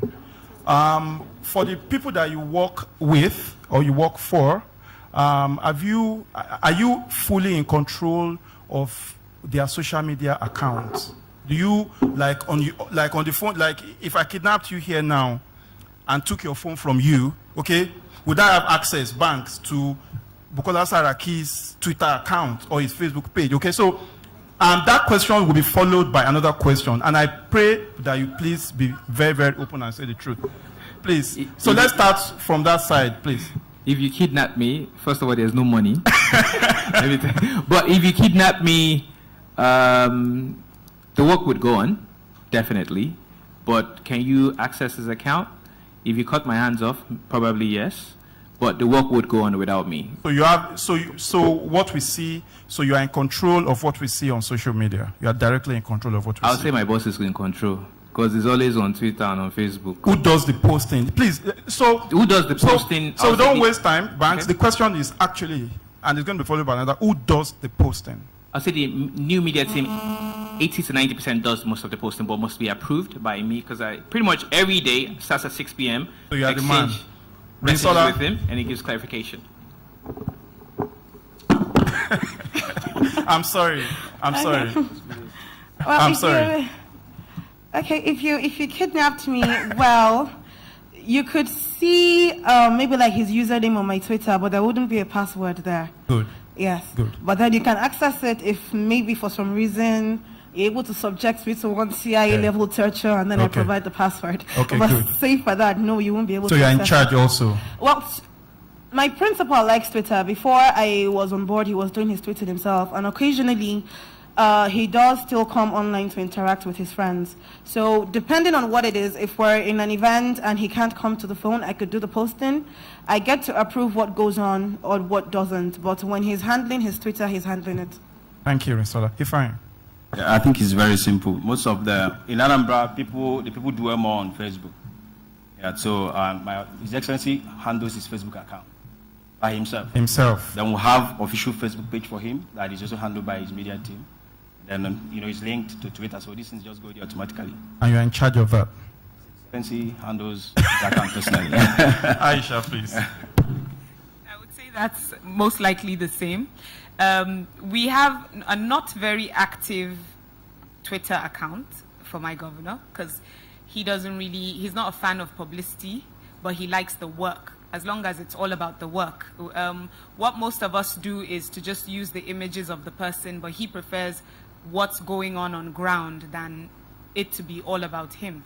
So I handle the Kebbi State government Twitter account. He has a personal Twitter account. On Facebook, there's an official Facebook account, and I also handle the Kebbi State government Facebook account. So anything that goes on to the official account is from that section. And I handle the office of, if you check, you will see Office of the SS New Media. So that's my forte. Yes, for me it's almost basically the same, but like they said, we have a team that manages the social media accounts. Most of the things that go out usually are with his knowledge, so he is aware of what we post, and mostly are his speeches and some policies and all that. So he is aware, but we have control of the accounts.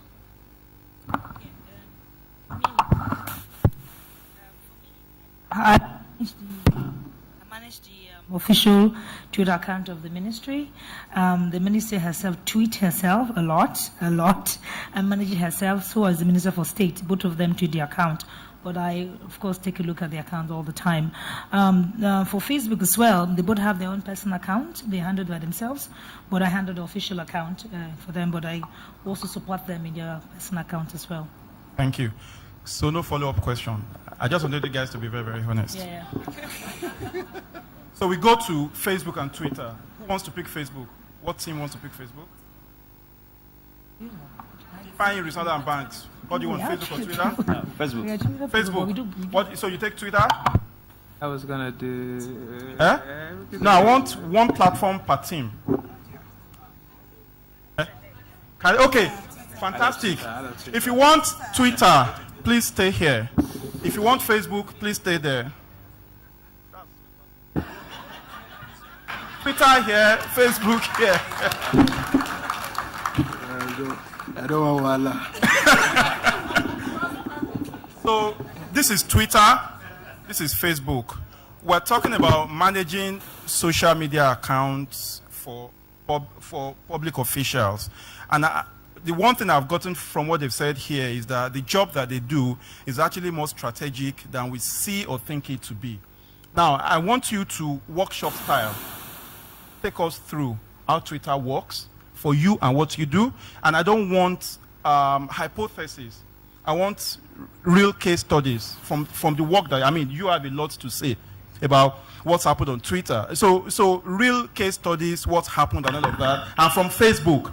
So assume that we're a class and you want to take us through what we need to know about how to manage social media accounts from the strategic level that you've taken this discussion, but down to the day-to-day of how to do it. I think we can do that. If we take 2 minutes each, is that fine? 2 minutes each, please. Thank you. Hello? Okay. Sorry, please avoid, because we may not know who you work for, so avoid my principal, avoid you understand? Be sure to let us know who you speak about. Yes, please. Okay, for me, for Twitter, I'm going to speak on two bases. For my principal and for NGR Senate handle. So it's kind of intertwined. What my job description is to help the office and the principal communicate what we are doing to Nigerians both at home and abroad. And the way we do that, when we start in the morning, 6 a.m., as early as 6 a.m., I have to check some of the tweets, search his name, and link of Facebook as well. Then by 8 o'clock, I discuss with the rest of the media team what we've been able to gather. Between 9 and 9:30, you have to speak to the principal. While you're speaking to him, he's asking you, so person was abusing me yesterday. Have you researched to see why Yemi was abusing me? Have you researched what my position is on this issue? So we discussed that for about 20-30 minutes. Between 9:30 and 1, for the most part, 1:30 for the most part, we switched to NGR Senate. pretty much trying to bring life what's happening at the Senate on real time, and we get feedback. While that is going on, the beautiful guys and girls that handle that, some of them are here. I'm taking notes of some of the questions people are asking.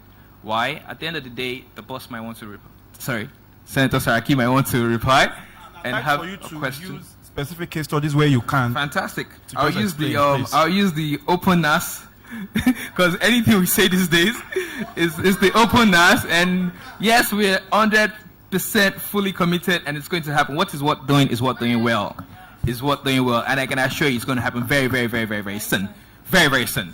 So yes, that's one of the biggest things. Because there's no conversation in this world in the last 1 year that we can have on social media. Openness comes up.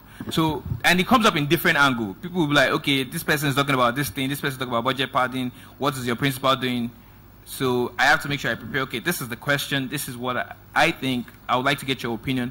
So sometimes you'll be like, okay, let me reply myself, or sometimes reply from the NGR Senate, or sometimes we have to communicate it with the senator that is responsible, because politics is local. What they need in Kogi is not what they need in Zamfara. So depending on what the question is, we take that back. And the beauty of Twitter for me is I can link it to Facebook. So you see, while we are giving you real life updates every minute during the day, at the end of the day, we send out what is today in plenary for Facebook. Compile everything. That's the same thing we send to our older daddy and mommies that don't come on Twitter and Facebook. So that's the day-to-day Twitter for me. The feedback is fast and is immediate. That's why I'll pick it over.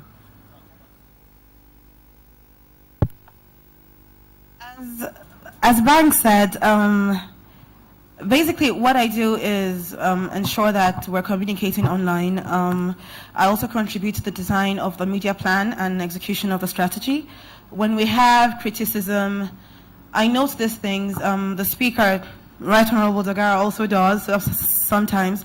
So we either we respond through different means. Could be direct engagement. Usually I do that on my handle. I've engaged quite a number of people that were all, what exactly has your boss done? So I've actually... You use your personal handle? Yeah, I use my times personal when you handle. have to. Yeah, sometimes I do that. And then came into openness also, making affairs in the House more transparent. I put on a lot of pressure for quite a number of months until the Twitter handle for the House was opened.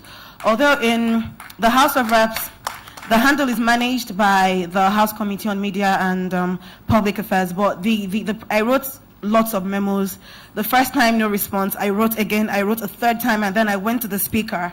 And then the speaker called a meeting with heads of that committee, and shortly after that, handle was opened. So it's not live yet, but usually once plenary ends, they begin to tweet on it.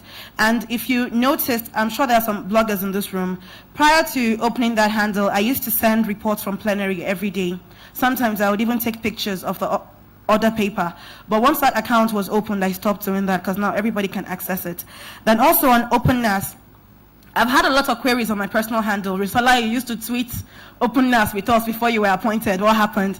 I've also written memos to that effect, and thankfully, the Speaker Dogara was at an engagement with civil society some months back. I think Yemi was there, where he said that the accounts would be made public. So these things would probably take some time. It's procedural. You have to make sure you have the buy-in of everybody. But as Bank said, it's going to be done, and it's going to be done very soon. The heads of both chambers are committed to actually ensuring that Nigerians can access the details of the finances of both chambers. Then, okay. Then Twitter, I like Twitter a lot because I'm a Twitter person. I'm always online. If I'm not posting selfies, I'm talking about cooking for my niece. So it gives you that opportunity to have feedback. If people are pissed with you, you will know. And if they're happy with you, you will know. So depending, there are some turbulent moments. You can always gauge feedback. You know how to respond. You can tell whether the response is working or whether it's not working, if you have to modify your strategy. You have Twitter analytics that we use. Look at the engagements, whether they're increasing. We've been able to build the speaker's followership on Twitter, for instance. It's well over 100,000 now. When I was appointed, it was about 40,000 or so. And it's just been less than a year. I resumed December. How did you do that? Once an account is active, I think we promoted it very briefly. But then one thing I don't like about Twitter is that it's quite expensive to promote accounts compared with Facebook. So we promoted it very briefly, and I have Ijebu blood, kind of. So when it comes to spending money, I don't like it so much. So I was like, you know what, we need to stop promoting this thing. It's taking too much resources. It's about organic content, draw attention to it. We opened the Twitter, when we changed details, I informed my blogger friends. I had the handle changed along the way. I stammer too, by the way.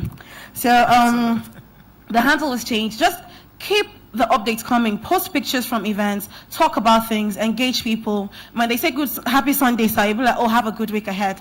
God does that himself, but then sometimes I do too when he's not able to tweet. So keep the engagement there. When key into something, make sure there's always content. Don't let people go on the Twitter profile, say 3 days, no updates, unless maybe he's away and I don't have permission to tweet or something. But I always like it when it's active. So that's also very important in engaging the audience and building an audience too. So for me, Twitter is like, it's really great. There are lots of wonderful people on Twitter. Japheth has left, but you can actually feel the pulse of the people. Twitter is real time. Facebook sometimes, some things will break on Twitter and then becomes news on Facebook like a week after. No, don't talk about Facebook, please. Okay, please, sorry. don't go there. Sorry. Okay, Esther. Okay, for me it's Twitter. My boss came with a very strong Your global boss? brand. Who's your boss, please? The Minister for Environment, Amina Mohammed, came with her own brand and from Twitter as well, and so it's just an easy thing for us to choose. And because she tweeted by herself as well, but she gave us 3 key kind of focus and strategy to deal with. And basically, we had 3 C's as part of our strategy: content, coherency, and coordination. So that at least the other 4th C, communication, is improved. So if you look at what we do, we're very kind of careful. We don't tweet anyhow from the official account, even from our own personal accounts as well. So for us, Twitter gives us that direct feedback for us to know what we're going to do. Because anything that happens around the environment, someone is going to hit us at our Twitter handle, either her own or the one for the official office account as well. So Twitter allowed us to be able to connect one-on-one with people, and because she already had that connection, it's easy for her to understand whatever dynamism is happening on Twitter. It's easy for her to understand, and she can tell that to her directors by default. So we don't need to, in fact, we don't talk about social, we don't lobby. It happens as a default thing in the ministry now. So we see more directors on Twitter now. We have departments on Twitter. We have agencies that are working, but we're not communicating well, come on board on Twitter to talk about what they do. The directors general are there. So that becomes like, it's part of the policy now in the ministry. So for us, it's very important. We do have Facebook anyway. How do you use videos? Yes, we do. You know, yes, images and all of that. Please, Vicky, kidnap me. Please don't take my phone. Just don't take my phone. It's very important. Yes. Anyway, so we do videos. Videos are photography. I was just telling Blaze that photography is emotional. When people look at your tweet, they see a photo of maybe, for example, the minister is going to Niger Delta to talk to some people. They can easily connect than the words. Initially, we thought Twitter was just about 140 characters of tweet talk about it, but when you add photo to them, they make people see the reality of what you're talking about. You know, for example, today we tweeted about the event in the State House, and the minister was smiling with the Minister for Petroleum and Shell, and you could see that they were talking about what they were. They're all human beings as well. So the feedback from this team is that, contrary to what people may speculate, you've had a great experience using Twitter. Yes, I have very positive for you. Experience. Yes, including you, Banks. Yeah. Fantastic. Thank you. Yes, give or take both ways. Fantastic. Facebook. To me again. So, well, for me personally, I think I've been on Facebook forever. I'm not sure. I think 2000 and God knows when. We have the governor, the wives of the governor, the Kebbi State government. And my principal is Governor Abubakar Atiku Bagudu. Fortunately for me, he already had an active Facebook account from when he was a senator. So we just migrated that and moved on from when he became a governor. So he had that account, and what we basically do is we throw things around. He can upload some on the official Facebook page, and I have the Kebbi State Government Facebook page, which basically is a more general space that we use. His would be more personal, based on where he's been to and what he has done, and we obviously have information from the commissioners and all the other different parastatals within the government. One of the good things, as she said earlier, was boosting. I'm able to get 70,000 impressions on Facebook with a small amount of money, people that are not actually following our state. So we've been able to gather a lot of, pull a lot of information across to people without them necessarily even knowing where our state is. There's some people who write, oh my God, I didn't realize Kebbi is the one up north in the south, or one thing or the other. So we're able to use Facebook to do that. I'll hand over. Okay. Salu? Yes, for me, I think I chose Facebook because I personally am more of a Twitter person, but in terms of the work that I do for Dr. Abdullah Umar Ganduje, who is the governor of Kano State, I think Facebook is a better, more platform to reach out to the target audience. In the Kano North, Facebook is more popular because I think most of them are able to, they don't really understand Twitter as much as they do Facebook. They can just go and post on Facebook and have their own conversations in their own language. A mix of English and Hausa, or totally English? For me, I do both English and Hausa, but mostly, and I remember when I was when I started, because I wanted to move the information not just within Kano but across, so that those that don't understand Hausa can be able to understand. So I remember when they were bashing me that why are you always using English? You have to come down to that level and speak Hausa. So I think that alone is one of the reasons that we concentrate more on Facebook, and also feedback. Someone made mention of feedback. I think that's one of the areas that we get the most feedback, because most of them are on Facebook. Most especially feedbacks like, if I can use an example of our students that are studying for scholarship abroad. We've had so much issues with these students that are currently studying abroad that we inherited from the previous government. So they use Facebook to reach out to me. Whatever issues that they have, sometimes they have letter to the governor and they don't know how to go about it. They send it to me through Facebook, and I'll print it and take it to him. Whatever complaints, sometimes we have complaints of roads that are damaged and that they've done everything possible to be able to alert the government, but unfortunately nothing has been done about it. I can cite an example of one road, Audubako.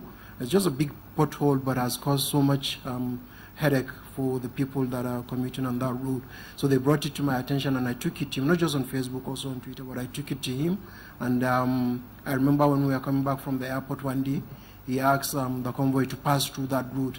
And we went there and he saw the condition of the road.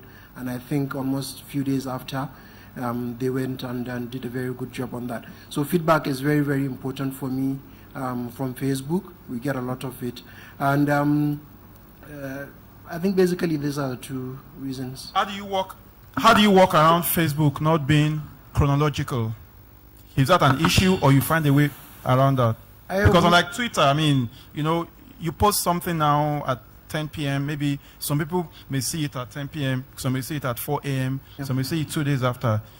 Does that present any issues for you, or you just put a budget behind your post and make sure that he reaches those that you intend for them to reach?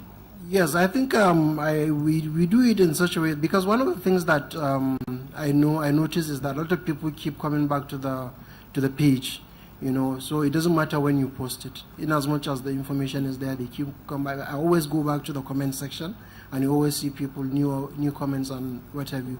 So it doesn't matter. We just whenever we have any information to post, we post it there and then. It doesn't matter how many times or what time of the day we do that, in as much as it is current. They always come back to the page to ask questions or make comments. Thank you. Thank you, Sally. Riding on that comment, that last comment, to maintain, trending on Facebook is different from that of Twitter.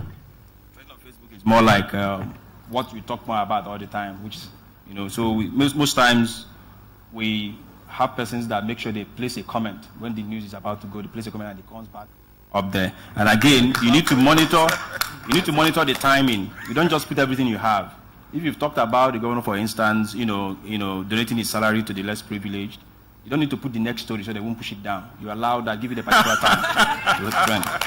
But then going to why we're on Facebook, I think Facebook gives you the opportunity of putting out your press releases, as complete one, native, and more images, even more videos. And interestingly, some of the media houses, instead of just going straight to the government house or whatever, they come to you, they just come to your timeline and then post. That has made me not to post, put up some things. As a young man, I need to put my selfies too. But sometimes you notice that blogs begin to publish what you put on personal notes instead of asking questions.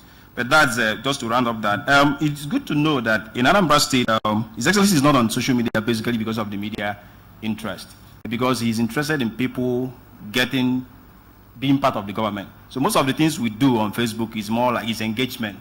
I'll have a program that we'll call Anambra Scorecard. First of all, created a Facebook group for all, they will call it the traditional village square of the Anambra on Facebook. So people come there to register. Now it's about 20,000 or thereabout. We do a scorecard we used to do it every Wednesday, but because of, resources and to get the resource persons we do it now. We want to run it once in 2 weeks, every fortnight.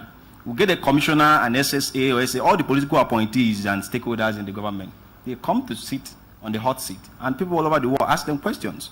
So it's. Do you use Facebook Live for this? Yes. Or it's we not use live. But it's text-based. Yeah, they do it on their own. But because there is that little question, are these people actually doing this themselves? We want to start using the Facebook Live. And that will be the next one. And also, we do on my own personal timeline, because I have a lot of accounts. I have my personal account that I run with. The governor has his own personal account, have the official page. The government have theirs, and then have that of the MDAs. But we'll do, on my personal account, we'll do what we call public court.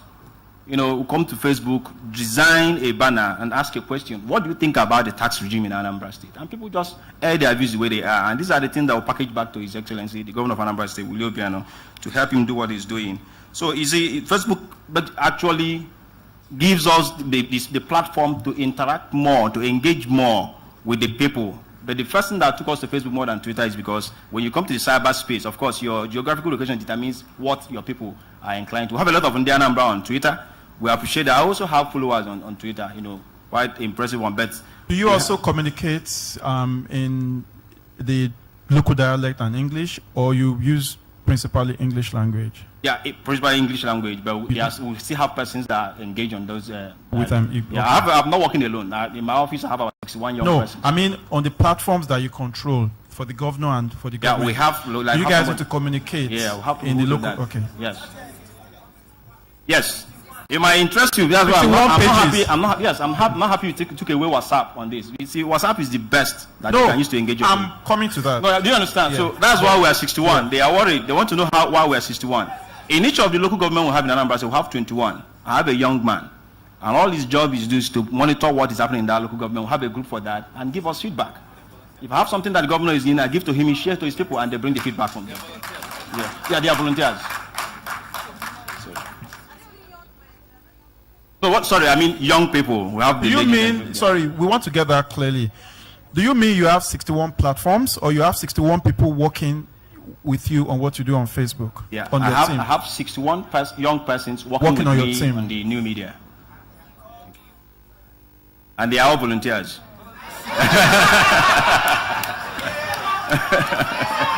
You walked into the trap. You walked into the trap. Okay. Thank you. So, to close this exercise, I want you to tell us. Now, so see this as a debate of sorts. So this team prefers Twitter. It works for them. They may use Facebook also. This team prefers Facebook. Works for you. Even though you may use Twitter from time to time. What do you think will make you use Facebook more? And what do you think will make you use Twitter more? I'm going to follow that question with what you may call sub-social platforms, BlackBerry Messengers, WhatsApp, and what your strategies are and why. But first, what do you think could make you use Twitter more? Yeah. Yes, I think Probably a few more minutes. Yeah. But go ahead. I think the reason why, the reason that will make me use Twitter more than Facebook is particularly on the issue at hand. I remember a few days after I got appointed, the issue of the lady that was killed came up. That was, I think, 2 days after I got appointed. And the pressure was coming from Facebook. A lot of people in the East wanting to know what is the situation, what is the government doing about it and all that. What is the, basically, what they needed information. Yes, and I wasn't receiving anything on Facebook because more or less it was, the community there is more or less local. So that particular issue made me to, I think the first information that I put out was on Twitter. I tried to explain the situation, and since morning we've been working on it till midnight when we were able to reach a point. So depending on the issue, if it is an issue that we want to push out nationally, then I think that needs to be Twitter works for that. Absolutely. But if it is something that for local consumption, I think I will still be using Facebook. Thank you, Salim. Aisha.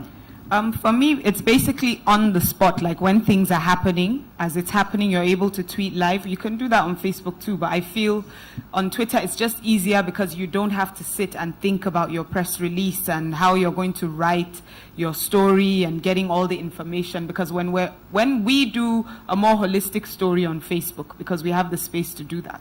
On Twitter, you just have 160 characters, so you're able to put out pictures, 140, sorry. 40, yeah. You're able to put out quick news on the spot as it's happening, put out pictures. You're allowed to put 4 pictures so you can still tell the story and they know something is happening. And what that does for us is people anticipate the full story that's going to happen on Facebook later on during the day. So that would most likely be. Thank you. Fine. Okay, I think the need is already there. I'm beginning to see that some persons on Twitter actually want to get as engaged as those on Facebook. So I think the need is there already. So you will consider using Yeah, Twitter more? Exactly. Yeah, Team Twitter. For me, it would be Facebook Live. Okay. Facebook Live, even though there's tweets, Periscope is not as good as direct as it's not Facebook native, Live. So yeah. Facebook Live is getting me more into the Facebook arena, but I'm still with Twitter. Okay. Risola. As Frank said, Facebook Live is a wonderful innovation. So depending on probably what we're about to do, I've actually decided that we'll be doing live beaming of courtesy visits, at least the ones that we can actually share, because the media isn't allowed and all of that. So I will also be using more of Facebook for some aspects of my job. Then also depends on perhaps what we want to do. For instance, on Twitter, press releases go on the website and then the link shows up on the handle. Facebook, we post it there. We do links also, but a lot of the time we just post it there because people can read and then they can comment on it. Then also, Facebook actually provides a wider reach. As I said earlier, advertising is much cheaper on Facebook. You can get real-time results. You get to reach more people. So maybe if there's material... like you're converted already. No, I'm just saying that if I need to use Facebook, if there's material that we need to promote, for instance, we haven't actually done that yet so far, but if there's anything that needs to be promoted, maybe a message targeted at a particular section of the country, like when the Oba was crowned, I'd actually hoped that we would be able to promote the message congratulating him. So for things like that, I think, okay, yeah, I haven't done any of that yet. So depending on the message and where it's headed, Facebook gives you very good support for demographics and targeting. Yes. Thank you. For us, we still with Twitter. For Facebook, when we have longer videos, like say 4 or 5 minutes videos of the minister speaking or getting them engagement, we go to Facebook and post that, and then we continue the process with Twitter for live tweeting the event. Facebook also for us is also good for our press releases.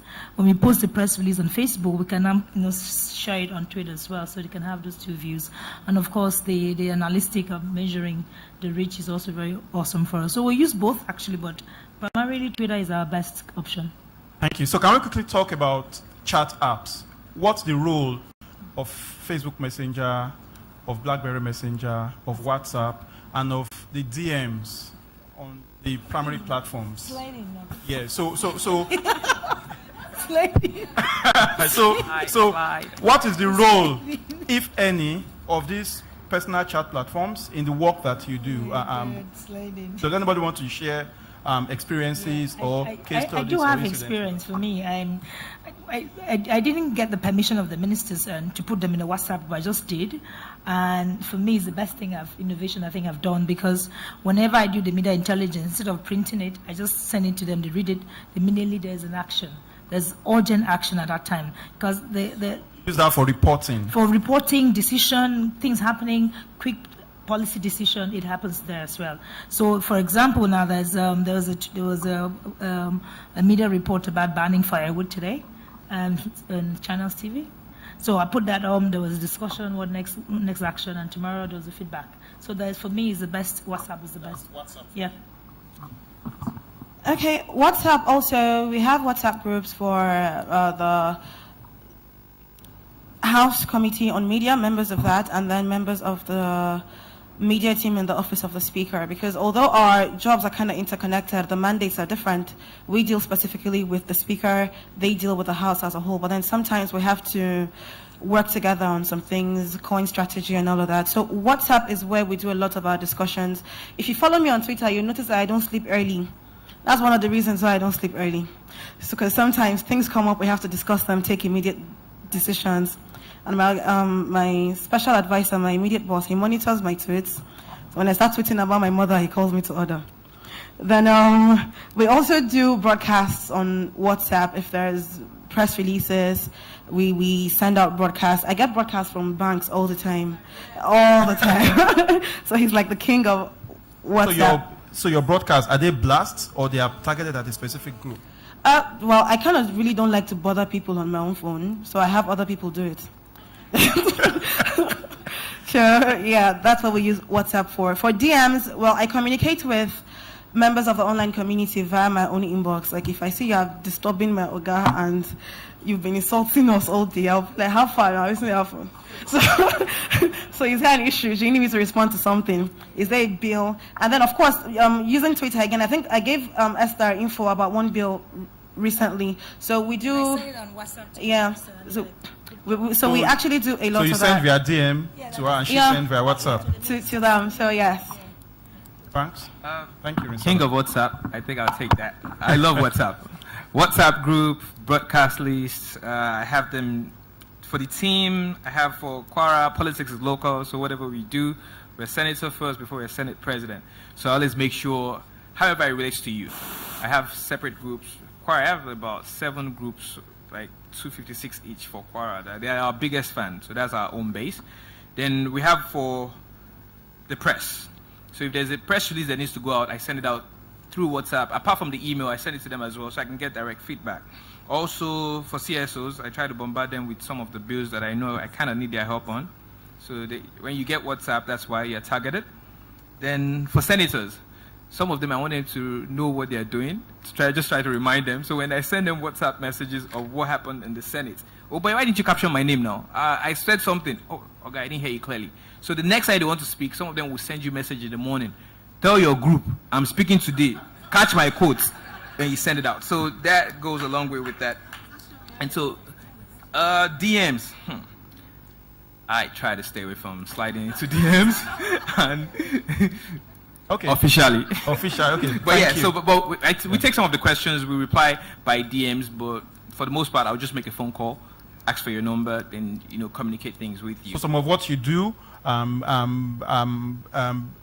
gets transferred offline also. Oh yeah, definitely. That's actually the biggest platform that we have, the WhatsApp group, because once we send it out, once it goes out from my phone, and people that I don't even know, and it's just very fantastic. Like what places that your messages will get to, it just keeps transferring. And people want to see you doing something. So as long as you have a good material, people will share it for you.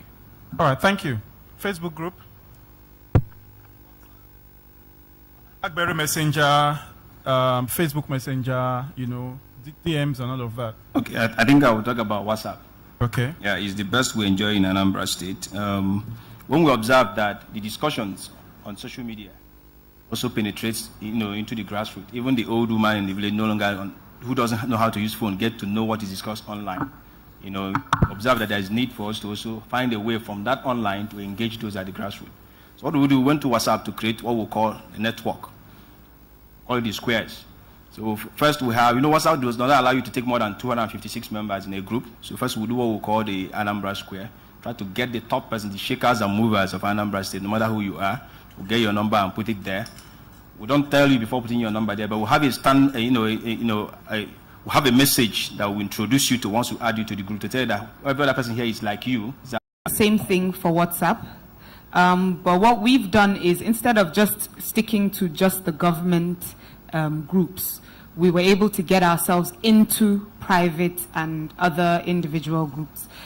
So you have, for example, Muria Telaka, I'm sure you've heard of that, Dandalin Siyasa, which is basically, they're very political, but more grassroots. So we're able to listen to what the people are saying day to day. You have people saying the worst of things, but we're not looking at it as an attack. What we do now is you actually have their number to now reach out to them directly on WhatsApp and say, okay, listen, we just saw your post on this and that. What can we do to make it better? It's basically like seeing things from a customer service perspective. Then what we realized, because of the limitation of WhatsApp, there's this new app now, it's picking up, it's called Telegram. And I think it's 1,000 people or so you can reach out to. So that's picking up now. We're getting more and more people to... Do you ever use BBM at all? Yes. The 5 people that have spoken. Yes. Okay. Well, I use BBM, but it's not too popular at the moment. I think now they've started a new campaign, so more people are picking up. So we're able to still use the few that we have on ground. It's mostly people in the diaspora, because we still engage with people in the diaspora to try to get them to come home and do a lot more, or at least support us in one way or the other. There's, of course, the DM. We love that. It's the same thing. Once you're able to give this person, say, listen, I work with the governor, do you want to speak to him directly? They calm down and they're able to express whatever anger that or issues that they have to come across. So DM tends to work for us too. Thank you, Aisha. Salim. Yes, for me, I'll also go with WhatsApp. And to be very, very open, and this is between me and you, Oga, don't go and say it out there. It's a blessing and a curse, to be honest, because I remember before I was appointed as DG Media, I think I was only in 2 or 3 groups. I don't like groups because of so many notifications. But now, due to the nature of my job, I have to be in almost, I think, over 30 groups, and I cannot exit them. I have to stay in, be able to monitor what's happening. I think it's very effective. It's very effective in terms of communication, in terms of feedback, in terms of being able to get your message across. But one of the things that I use Facebook, WhatsApp for, is to be able to get immediate update from the grassroots. I always tell them that whatever there is, because I cannot be able to go all the corners of the road to be able to get what the government is doing, so you guys should help me bring it out, put it in the group so that we'll be able to take it up. Sometimes I post it on the official pages. Sometimes I keep it so that if someone says, what are you doing about so thing, I use that and be able to tell them. And one of the things that I also made me to stay in the WhatsApp group is that my governor is almost in all these WhatsApp groups. He's very, very interested in the discussions in WhatsApp groups. Sometimes he will tell me that Salu, so person said this in this particular area. Call the commissioner in charge or whoever is in charge, try and find out the true picture of it. So WhatsApp is very effective for us, but also the Facebook Messenger. And like I said, Facebook is very, very big there, especially for our people that are outside the country. They use Facebook a lot. Obviously WhatsApp is a closed group, but Messenger, Facebook Messenger, will be able to reach out to you directly. BBM, I don't have anybody on BBM reaching out to me. Thank you, Saliu. I'm learning that the politicians or the political leaders are more savvy than we thought that they were, and that they are actually more involved in their activities online than we think. I have just 2 final questions before we take questions from the audience, but I won't target these questions at anybody. Choose to answer either of both questions, and then we can close. The first one is, if you guys are doing so much work at the level of strategy, if your principals are disinvolved in the work that you do, how come we don't, and I speak for myself and I hope for some of the people here, how come it doesn't reflect like that in the public space? It looks like there's a lot of embarrassing activities, a lot of reactive engagement, and a lot of unprofessional stuff that is happening. I still see one tweet being shared by 200 people over and over again and all of that, you know. I see people getting into fights and all of that. So how come it's not reflecting in that actually the people that we think don't agree or don't value what you do are your enemies, are probably opposition and all of that? That's the first question. The second question is, yeah, please, sorry. Last question. You will leave this post at some point, right? It appears that most people leave the position that you are, and they are seen as if they've messed up, their images are battered and all of that. You know, for you and your principals, what do you think the reality will be 2-3 years from now? Choose which of the questions you want to answer. 30 seconds, please, so we can take questions from the audience. Thank you. Yeah, just take it as you wish. Yeah. I'll be answering the second question. We'll leave at some point, and it's commonplace for people who've been spokespersons to be viewed like the images have been tattered and all of that. That's true, that's very true. But then I believe that since I've been appointed, I haven't stolen any identity, said my name was Wendell Simon. I haven't tried to attack anybody. I don't think I've ever insulted anyone. When it comes to feminism, yes, we fight too. But issues concerning my job, I'm as diplomatic as possible. And for me, this is like a learning phase. I'm here to learn. I'm doing my job. I love it. I'm serving. I've done a lot of campaigning. It's a good thing to actually be inside and see how things work. When I'm done here, it's not like being boastful or anything, but I've been doing pretty well in keeping in touch with my people back home. All politics is local. In addition to being a professional, I am also a politician. So for me, I'm going to continue with my career. My company is still running. I still have my clients. There are people that work for me while I'm doing all of this. I'm still connecting with my people. When I'm done, I could decide to contest maybe a couple of years after that. So long as I know that the people I represent back home are not dissatisfied with me, they talk to me. I've helped a couple of them on some issues that they've spoken to me about. So I know that those who sent me, so to speak, are happy with me. So I don't see that, yes, exactly. I don't see that being an issue. And even online, my friends are my friends. People have been saying a lot of things. I'm used to it. So it's just essentially, you know those who are yours, you know those who know you. And I believe in the ethos of my profession. Public relations is a very noble profession. I'm doing my job. So I believe in ethics. I'm actually very ethical in my approach to work. I will not I have some members of my team are here, but then they work anonymously. People don't know who they are. That's how I like to work. I take ethics and privacy to that level. Our social media team, I don't think anybody can identify anybody that works with me in this room. And we do have them. So I told them very clearly, you do not insult people on behalf of the speaker, because he's not that kind of person. So it's not, I don't think anybody will come at me and say, you stole an identity, you attacked people, you sent talks to beat somebody, you were threatening people. I don't work that way. So as far as that is concerned, I actually do hope that whoever takes over from me, I can actually share a couple of those things about how to go about your job, at least in a respectful way, in a dignified manner. Thank you, Risola. Thank you. Next, please.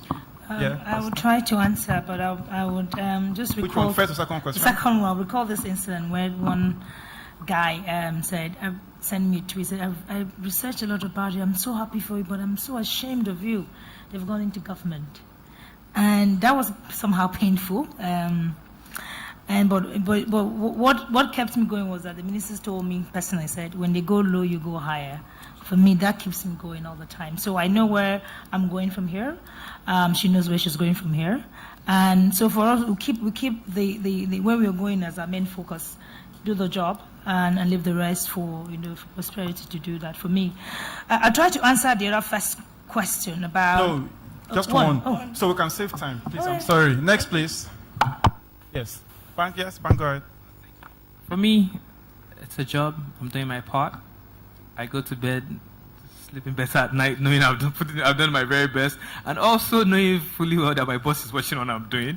So when I'm upset, I just turn off my phone and I just walk away. So I don't take things personal. I don't block people. I can mute you for 8 days, 5 weeks, but I don't take things personal. Yeah, so it's just a job. An example of someone that you have muted. So also, but if I can, I'll mute myself and I'll unmute myself sometimes. But next person, please. Thank you, Bankole. Next person. Okay, I won't answer the second question because 3 years you said His Excellency is still in office, so I'm still doing my job. On the first question, I think it's good we note that as we are here working for the government, those in power, the opposition are also having their own aides on social media. So we need to understand that politics has just been taken to the social media. So some of the posts you get to see are also just like the sponsored write-ups that you could see in the traditional media. So not all of them that are correct. And the one thing we do in Anambra State, maybe because I come from the CSO background, is that we launched a campaign, I mentioned it before, against young persons being used by politicians to abuse themselves online. That's what we call the e-talks. You understand what I'm trying to say? So it's not just, even in our own, those who support His Excellency, when they want to abuse the opponent, we say, no, don't do that. That is not necessary. So it's, all the posts you see might not look so sound because we also have the opponents who are trying to tell the whole world the same way you are preaching your gospel that what you are doing is not true. So we still need to also find out which one is the real one. Thank you, Ifeanyi. Thank you. Aisha. I will be very honest. Nigerians already have that image of the government is seen from the perspective of they're constantly lying to us. I'm saying this as a citizen before I joined the government. You already had that because politics has been seen as a very dirty game. There's been a lot of propaganda. So people do not trust that what we say is what it is.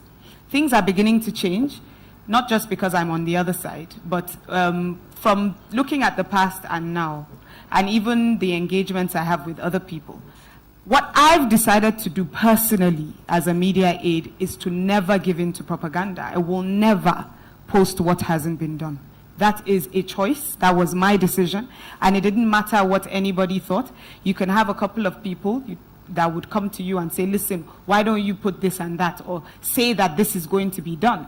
And if I do not see the proof that it's going to be done, I will not post it. So I have that own personal war going on. So we have, at the end of the day, looking at things from a perspective of integrity is very hard. And if you look at it, even on the international scale, it's the same thing with most governments.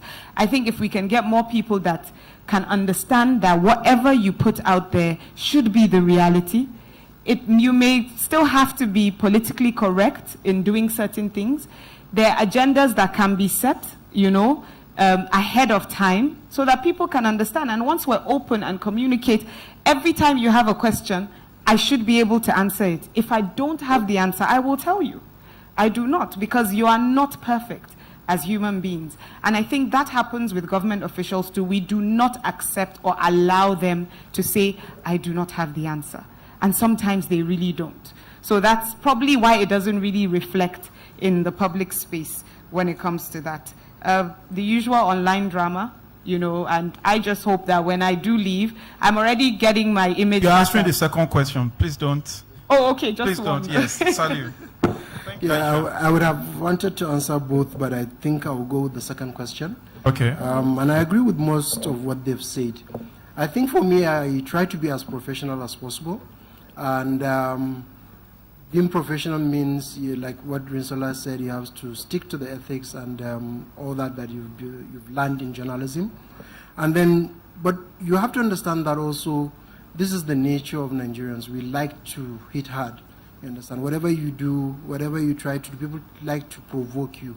People like to, the one that I usually don't like is, friends that have access to you, that can come to you and say, what have you been doing on this? Oh, I have a complaint on this. Oh, you need to change your style, or things like that. People that can come to you and advise you on how you're doing things, how you're handling things. Instead, you see them sobbing you. And that gets to you, especially if someone that you don't know is doing it. You can say, oh, he doesn't know. but someone that knows, I think people need to change their style. I think this is what, at a certain level, you go into the government, you get carried away, and sometimes you say, I don't care. You know, you respond how you like, and then you become the likes of those that have left that office and have been bastardized the office. So I try to be as professional as possible. I try to be as ethical as possible. But most importantly, I've tried to be extra patient in terms of taking it all in, and just, I go out, I come and vex it out and all that, but I don't do it online. And most importantly, I try to answer with the facts. You know, once someone said, you have not been doing anything, there's one particular person, there's a friend on Twitter that has been hammering on one particular road in Kano, you know. And I was like, if we have not been able to do that road, there are other thousands of roads that have not been able to do, and we do not have the resources to do all. But in the past 1 year, we've been able to do almost 50 roads, and there are almost 20 roads that are also under construction. So at least focus on the ones that we're able to. Just because we have not done your own doesn't mean we are not doing anything in terms of thank you, construction. Thank you with that, Sadi. Thank you. You've been a fantastic panel. I personally am enlightened. Please clap for them, please. Now, I'm sorry we've taken like 15 extra minutes. I apologize, but I'd like for us to take 3 questions. I have your permission, please. Yes, so I'll take 3 questions. Are there any ladies? I'd like to take a lady first. Yes, madam, please. Yes. Okay, yes. Okay, I think my question goes to Mr. Bankole. Your name, my where name you is are calling Olamide, from. Okay. and I work with PIN. My question goes with Mr. Bankole and Esther. So there have been times where you have been provoked. You know, you have been provoked, and then you say a lot of things to you know, your followers and all that. How does it come to you? Do you take all these things personal and then you just lose it? So how do you manage your emotions and then try to say, you know what, calm down? You know, so I just want to know how that is being done. Take all the questions first, right? Okay, so next question. This is like power. That gentleman is very passionate. The gentleman in blue, yeah. My question is going to go with regard to the issue of citizens posting and government responses. Now, yesterday, Chidi Odinkalu was saying something that he said something that DSS may pick him. And we're all here. What has that one, how do I put it? How are we going to start saying things to government, even if we are criticizing them, and they begin to see it as an objective criticism with regard to responding to that one without harassing the citizens so that they don't get bottled up inside? All of them, they are working for government.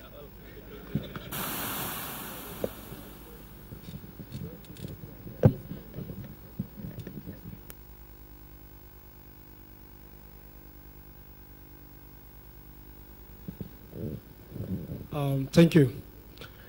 Well, I just want to ask, you see, we get people talk and express themselves on using the social media.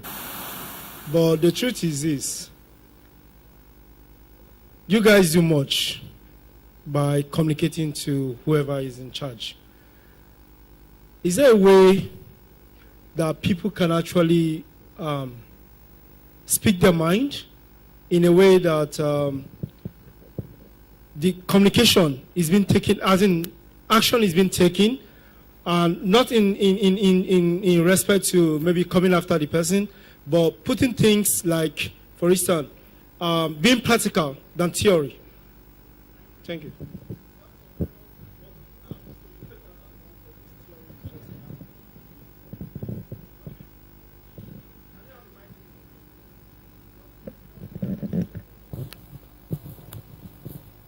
Good evening, everyone. My name is Austin Oji, and I represent Shield Africa. I have one question and one suggestion. I believe that a great nation is because of a great people. And as people that are working in new media and interface with government, I want to suggest that you should be open to ideas, especially as it concerns causes that will advance our development as a nation. So when you get some of those, try and get it across to your boss. And finally, my question is to anyone who cares to answer. Now, sometimes people actually may not have the same position with you, but they have facts and figures, and they have statements that are really true. Now, how do you respond to that? Because, leadership is not just about being right every time. Sometimes you can also be wrong. And so how do you respond to those kind of situations? Thank you. Thank you. So first question for Esther and Bankole. The questions from the lady from Payne. Try to respond to the question. The two things, if you provoke me, you have intention of provoking me. So I'm emotional and a human being, so I either react professionally or react unprofessionally if it comes to my personal way. But the truth is, I've learned a lot in this few months of, I call it a transition. I don't think I knew I was going to go into government. I never even wanted to be in government in the first place. So you see someone telling you, oh my God, I read so much about, but I'm so ashamed of you that you're in government. And that can be very painful, especially when you respect the person a lot. And like that. But what I have learned is that my boss understands, like she'll say, Esther, I know it hurts. Just forget it, ignore it. And for me, that's the best thing that can happen to me. When they go low, you go high. And for me, that's what I've taken. So. Thank you. Bankole. For me, if you try to provoke me, I think in 5 years, maybe twice. But I'm human, so for the most part, I just walk away. I just walk away, do something else, go and play with my daughter or chat on the phone, something else that takes my mind off it. By the time I come back, we're already done. We're already talking about something else. All right, thank you. The second question, try to understand why should they have to be arrested and all of that. If people raise views that are contrary to what you want, if people are critical and all of that, when will we get to a point where that will not be a subject matter, where he will not even be an option, right? Please. And he wants anybody that can to take the question. Okay, so I will talk on a personal note because there was an issue like that and I got to hear about it. And the question I asked was why? And by the time I went to DSS, they actually had proof of threat to life. So it wasn't just about, it's not just about expressing yourself. You can express yourself by saying, we're not happy. I'll give proper examples. There are people who would write me, for example, about school scholarships. There was a guy who wrote, you can feel the anger in the writing, but without saying you're mad, you're stupid, you're an idiot, or anything like that. Then you have those that will threaten you and actually pray that you die or have an accident. Or no, seriously, this is how people express themselves. Then you have those that will say it outright. If I see you on the road, I will kill you. Do you understand? So those are real threats because it's no more just a statement. It's now a serious issue because the possibility is there that you can just happen to be on the road and the guy is just selling suya and he will just kill you. So you see, this is where the security agency is coming. Whether you like it or not, we have to still look at things from a security perspective. Why do we have convoys? Why do we have the security people moving? Because you have real threats. Somebody may have had an issue that his mother died, went to the hospital, there was nobody there. It's a serious issue that affects him mentally. He can decide it's you. You are the government person that he can catch. So DSS have to come in. So we also as Nigerians have to learn to express ourselves without threatening or abusing, because tomorrow it could be you in a leadership position and you would want people to express themselves and let you know.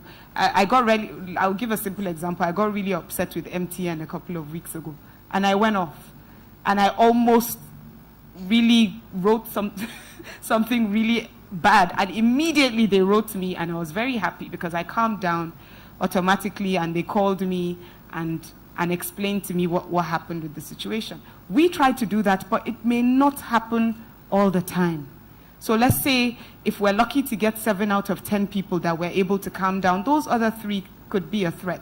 So we also, as Nigerians, I'm just putting it out as advice that we should learn to express ourselves without threatening, because that's the only reason a security agent would come. All right, thank you, Aisha. Last question. We have just 2 more minutes. Do you remember his question? Because I don't remember.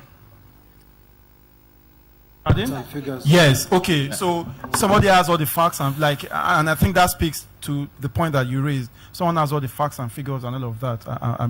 How do you react to that? I think the best way to respond We to have that, just 2 more minutes. yeah, one thing you should know is that the governance does not end at your office as a social media aide. So if criticism comes, you know the office is to revert to. And the feedback you get from there, you also push out. You are not the policymaker. You are the window through which the people get to engage the government. So you respond back with facts and figures. That's all. Yes, there's a government process. You have facts and figures, that's you, but the government has its own data and statistics as well. So you have to find time where you can marry together. So if you post me some data, I'll take it, but I can't just give you any response because there's a process. What if I'm not even allowed to give you the data that you're looking for? So sometimes I'm able to write to the minister, and then the process will carry itself. Yeah, I think that was what I wanted to add, but interestingly, I think more people are trying to use facts and figures to put you on the spot, to try and get you to react and then do that. And I think that is encouraging.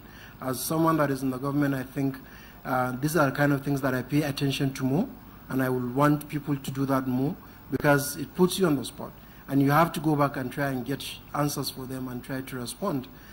Sometimes they might be right, and then you might not want to come back to them with the findings of your own, but at least you know. And if there's something that you can advise the government to work on, if your principal is like mine who is listening, at least you'll be able to make a difference from within, knowing the facts and figures that you have from outside. Thank you so much, everybody. Thank you. Enjoy the rest of your evening. Thank you.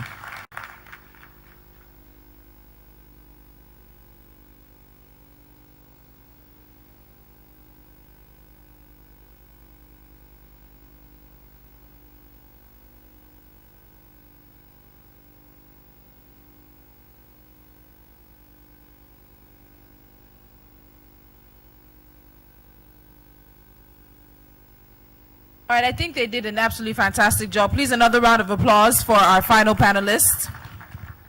It's really a fantastic way to end 2 days of the New Media, Citizens, and Governance Conference 2016. Without taking too much more of your time, to give us a few closing remarks on behalf of the big three, Budget, Paradigm Initiative Nigeria, and Enough is Enough Nigeria, is the Executive Director of EIE, Yemi Adamalekun. Please, a round of applause for her.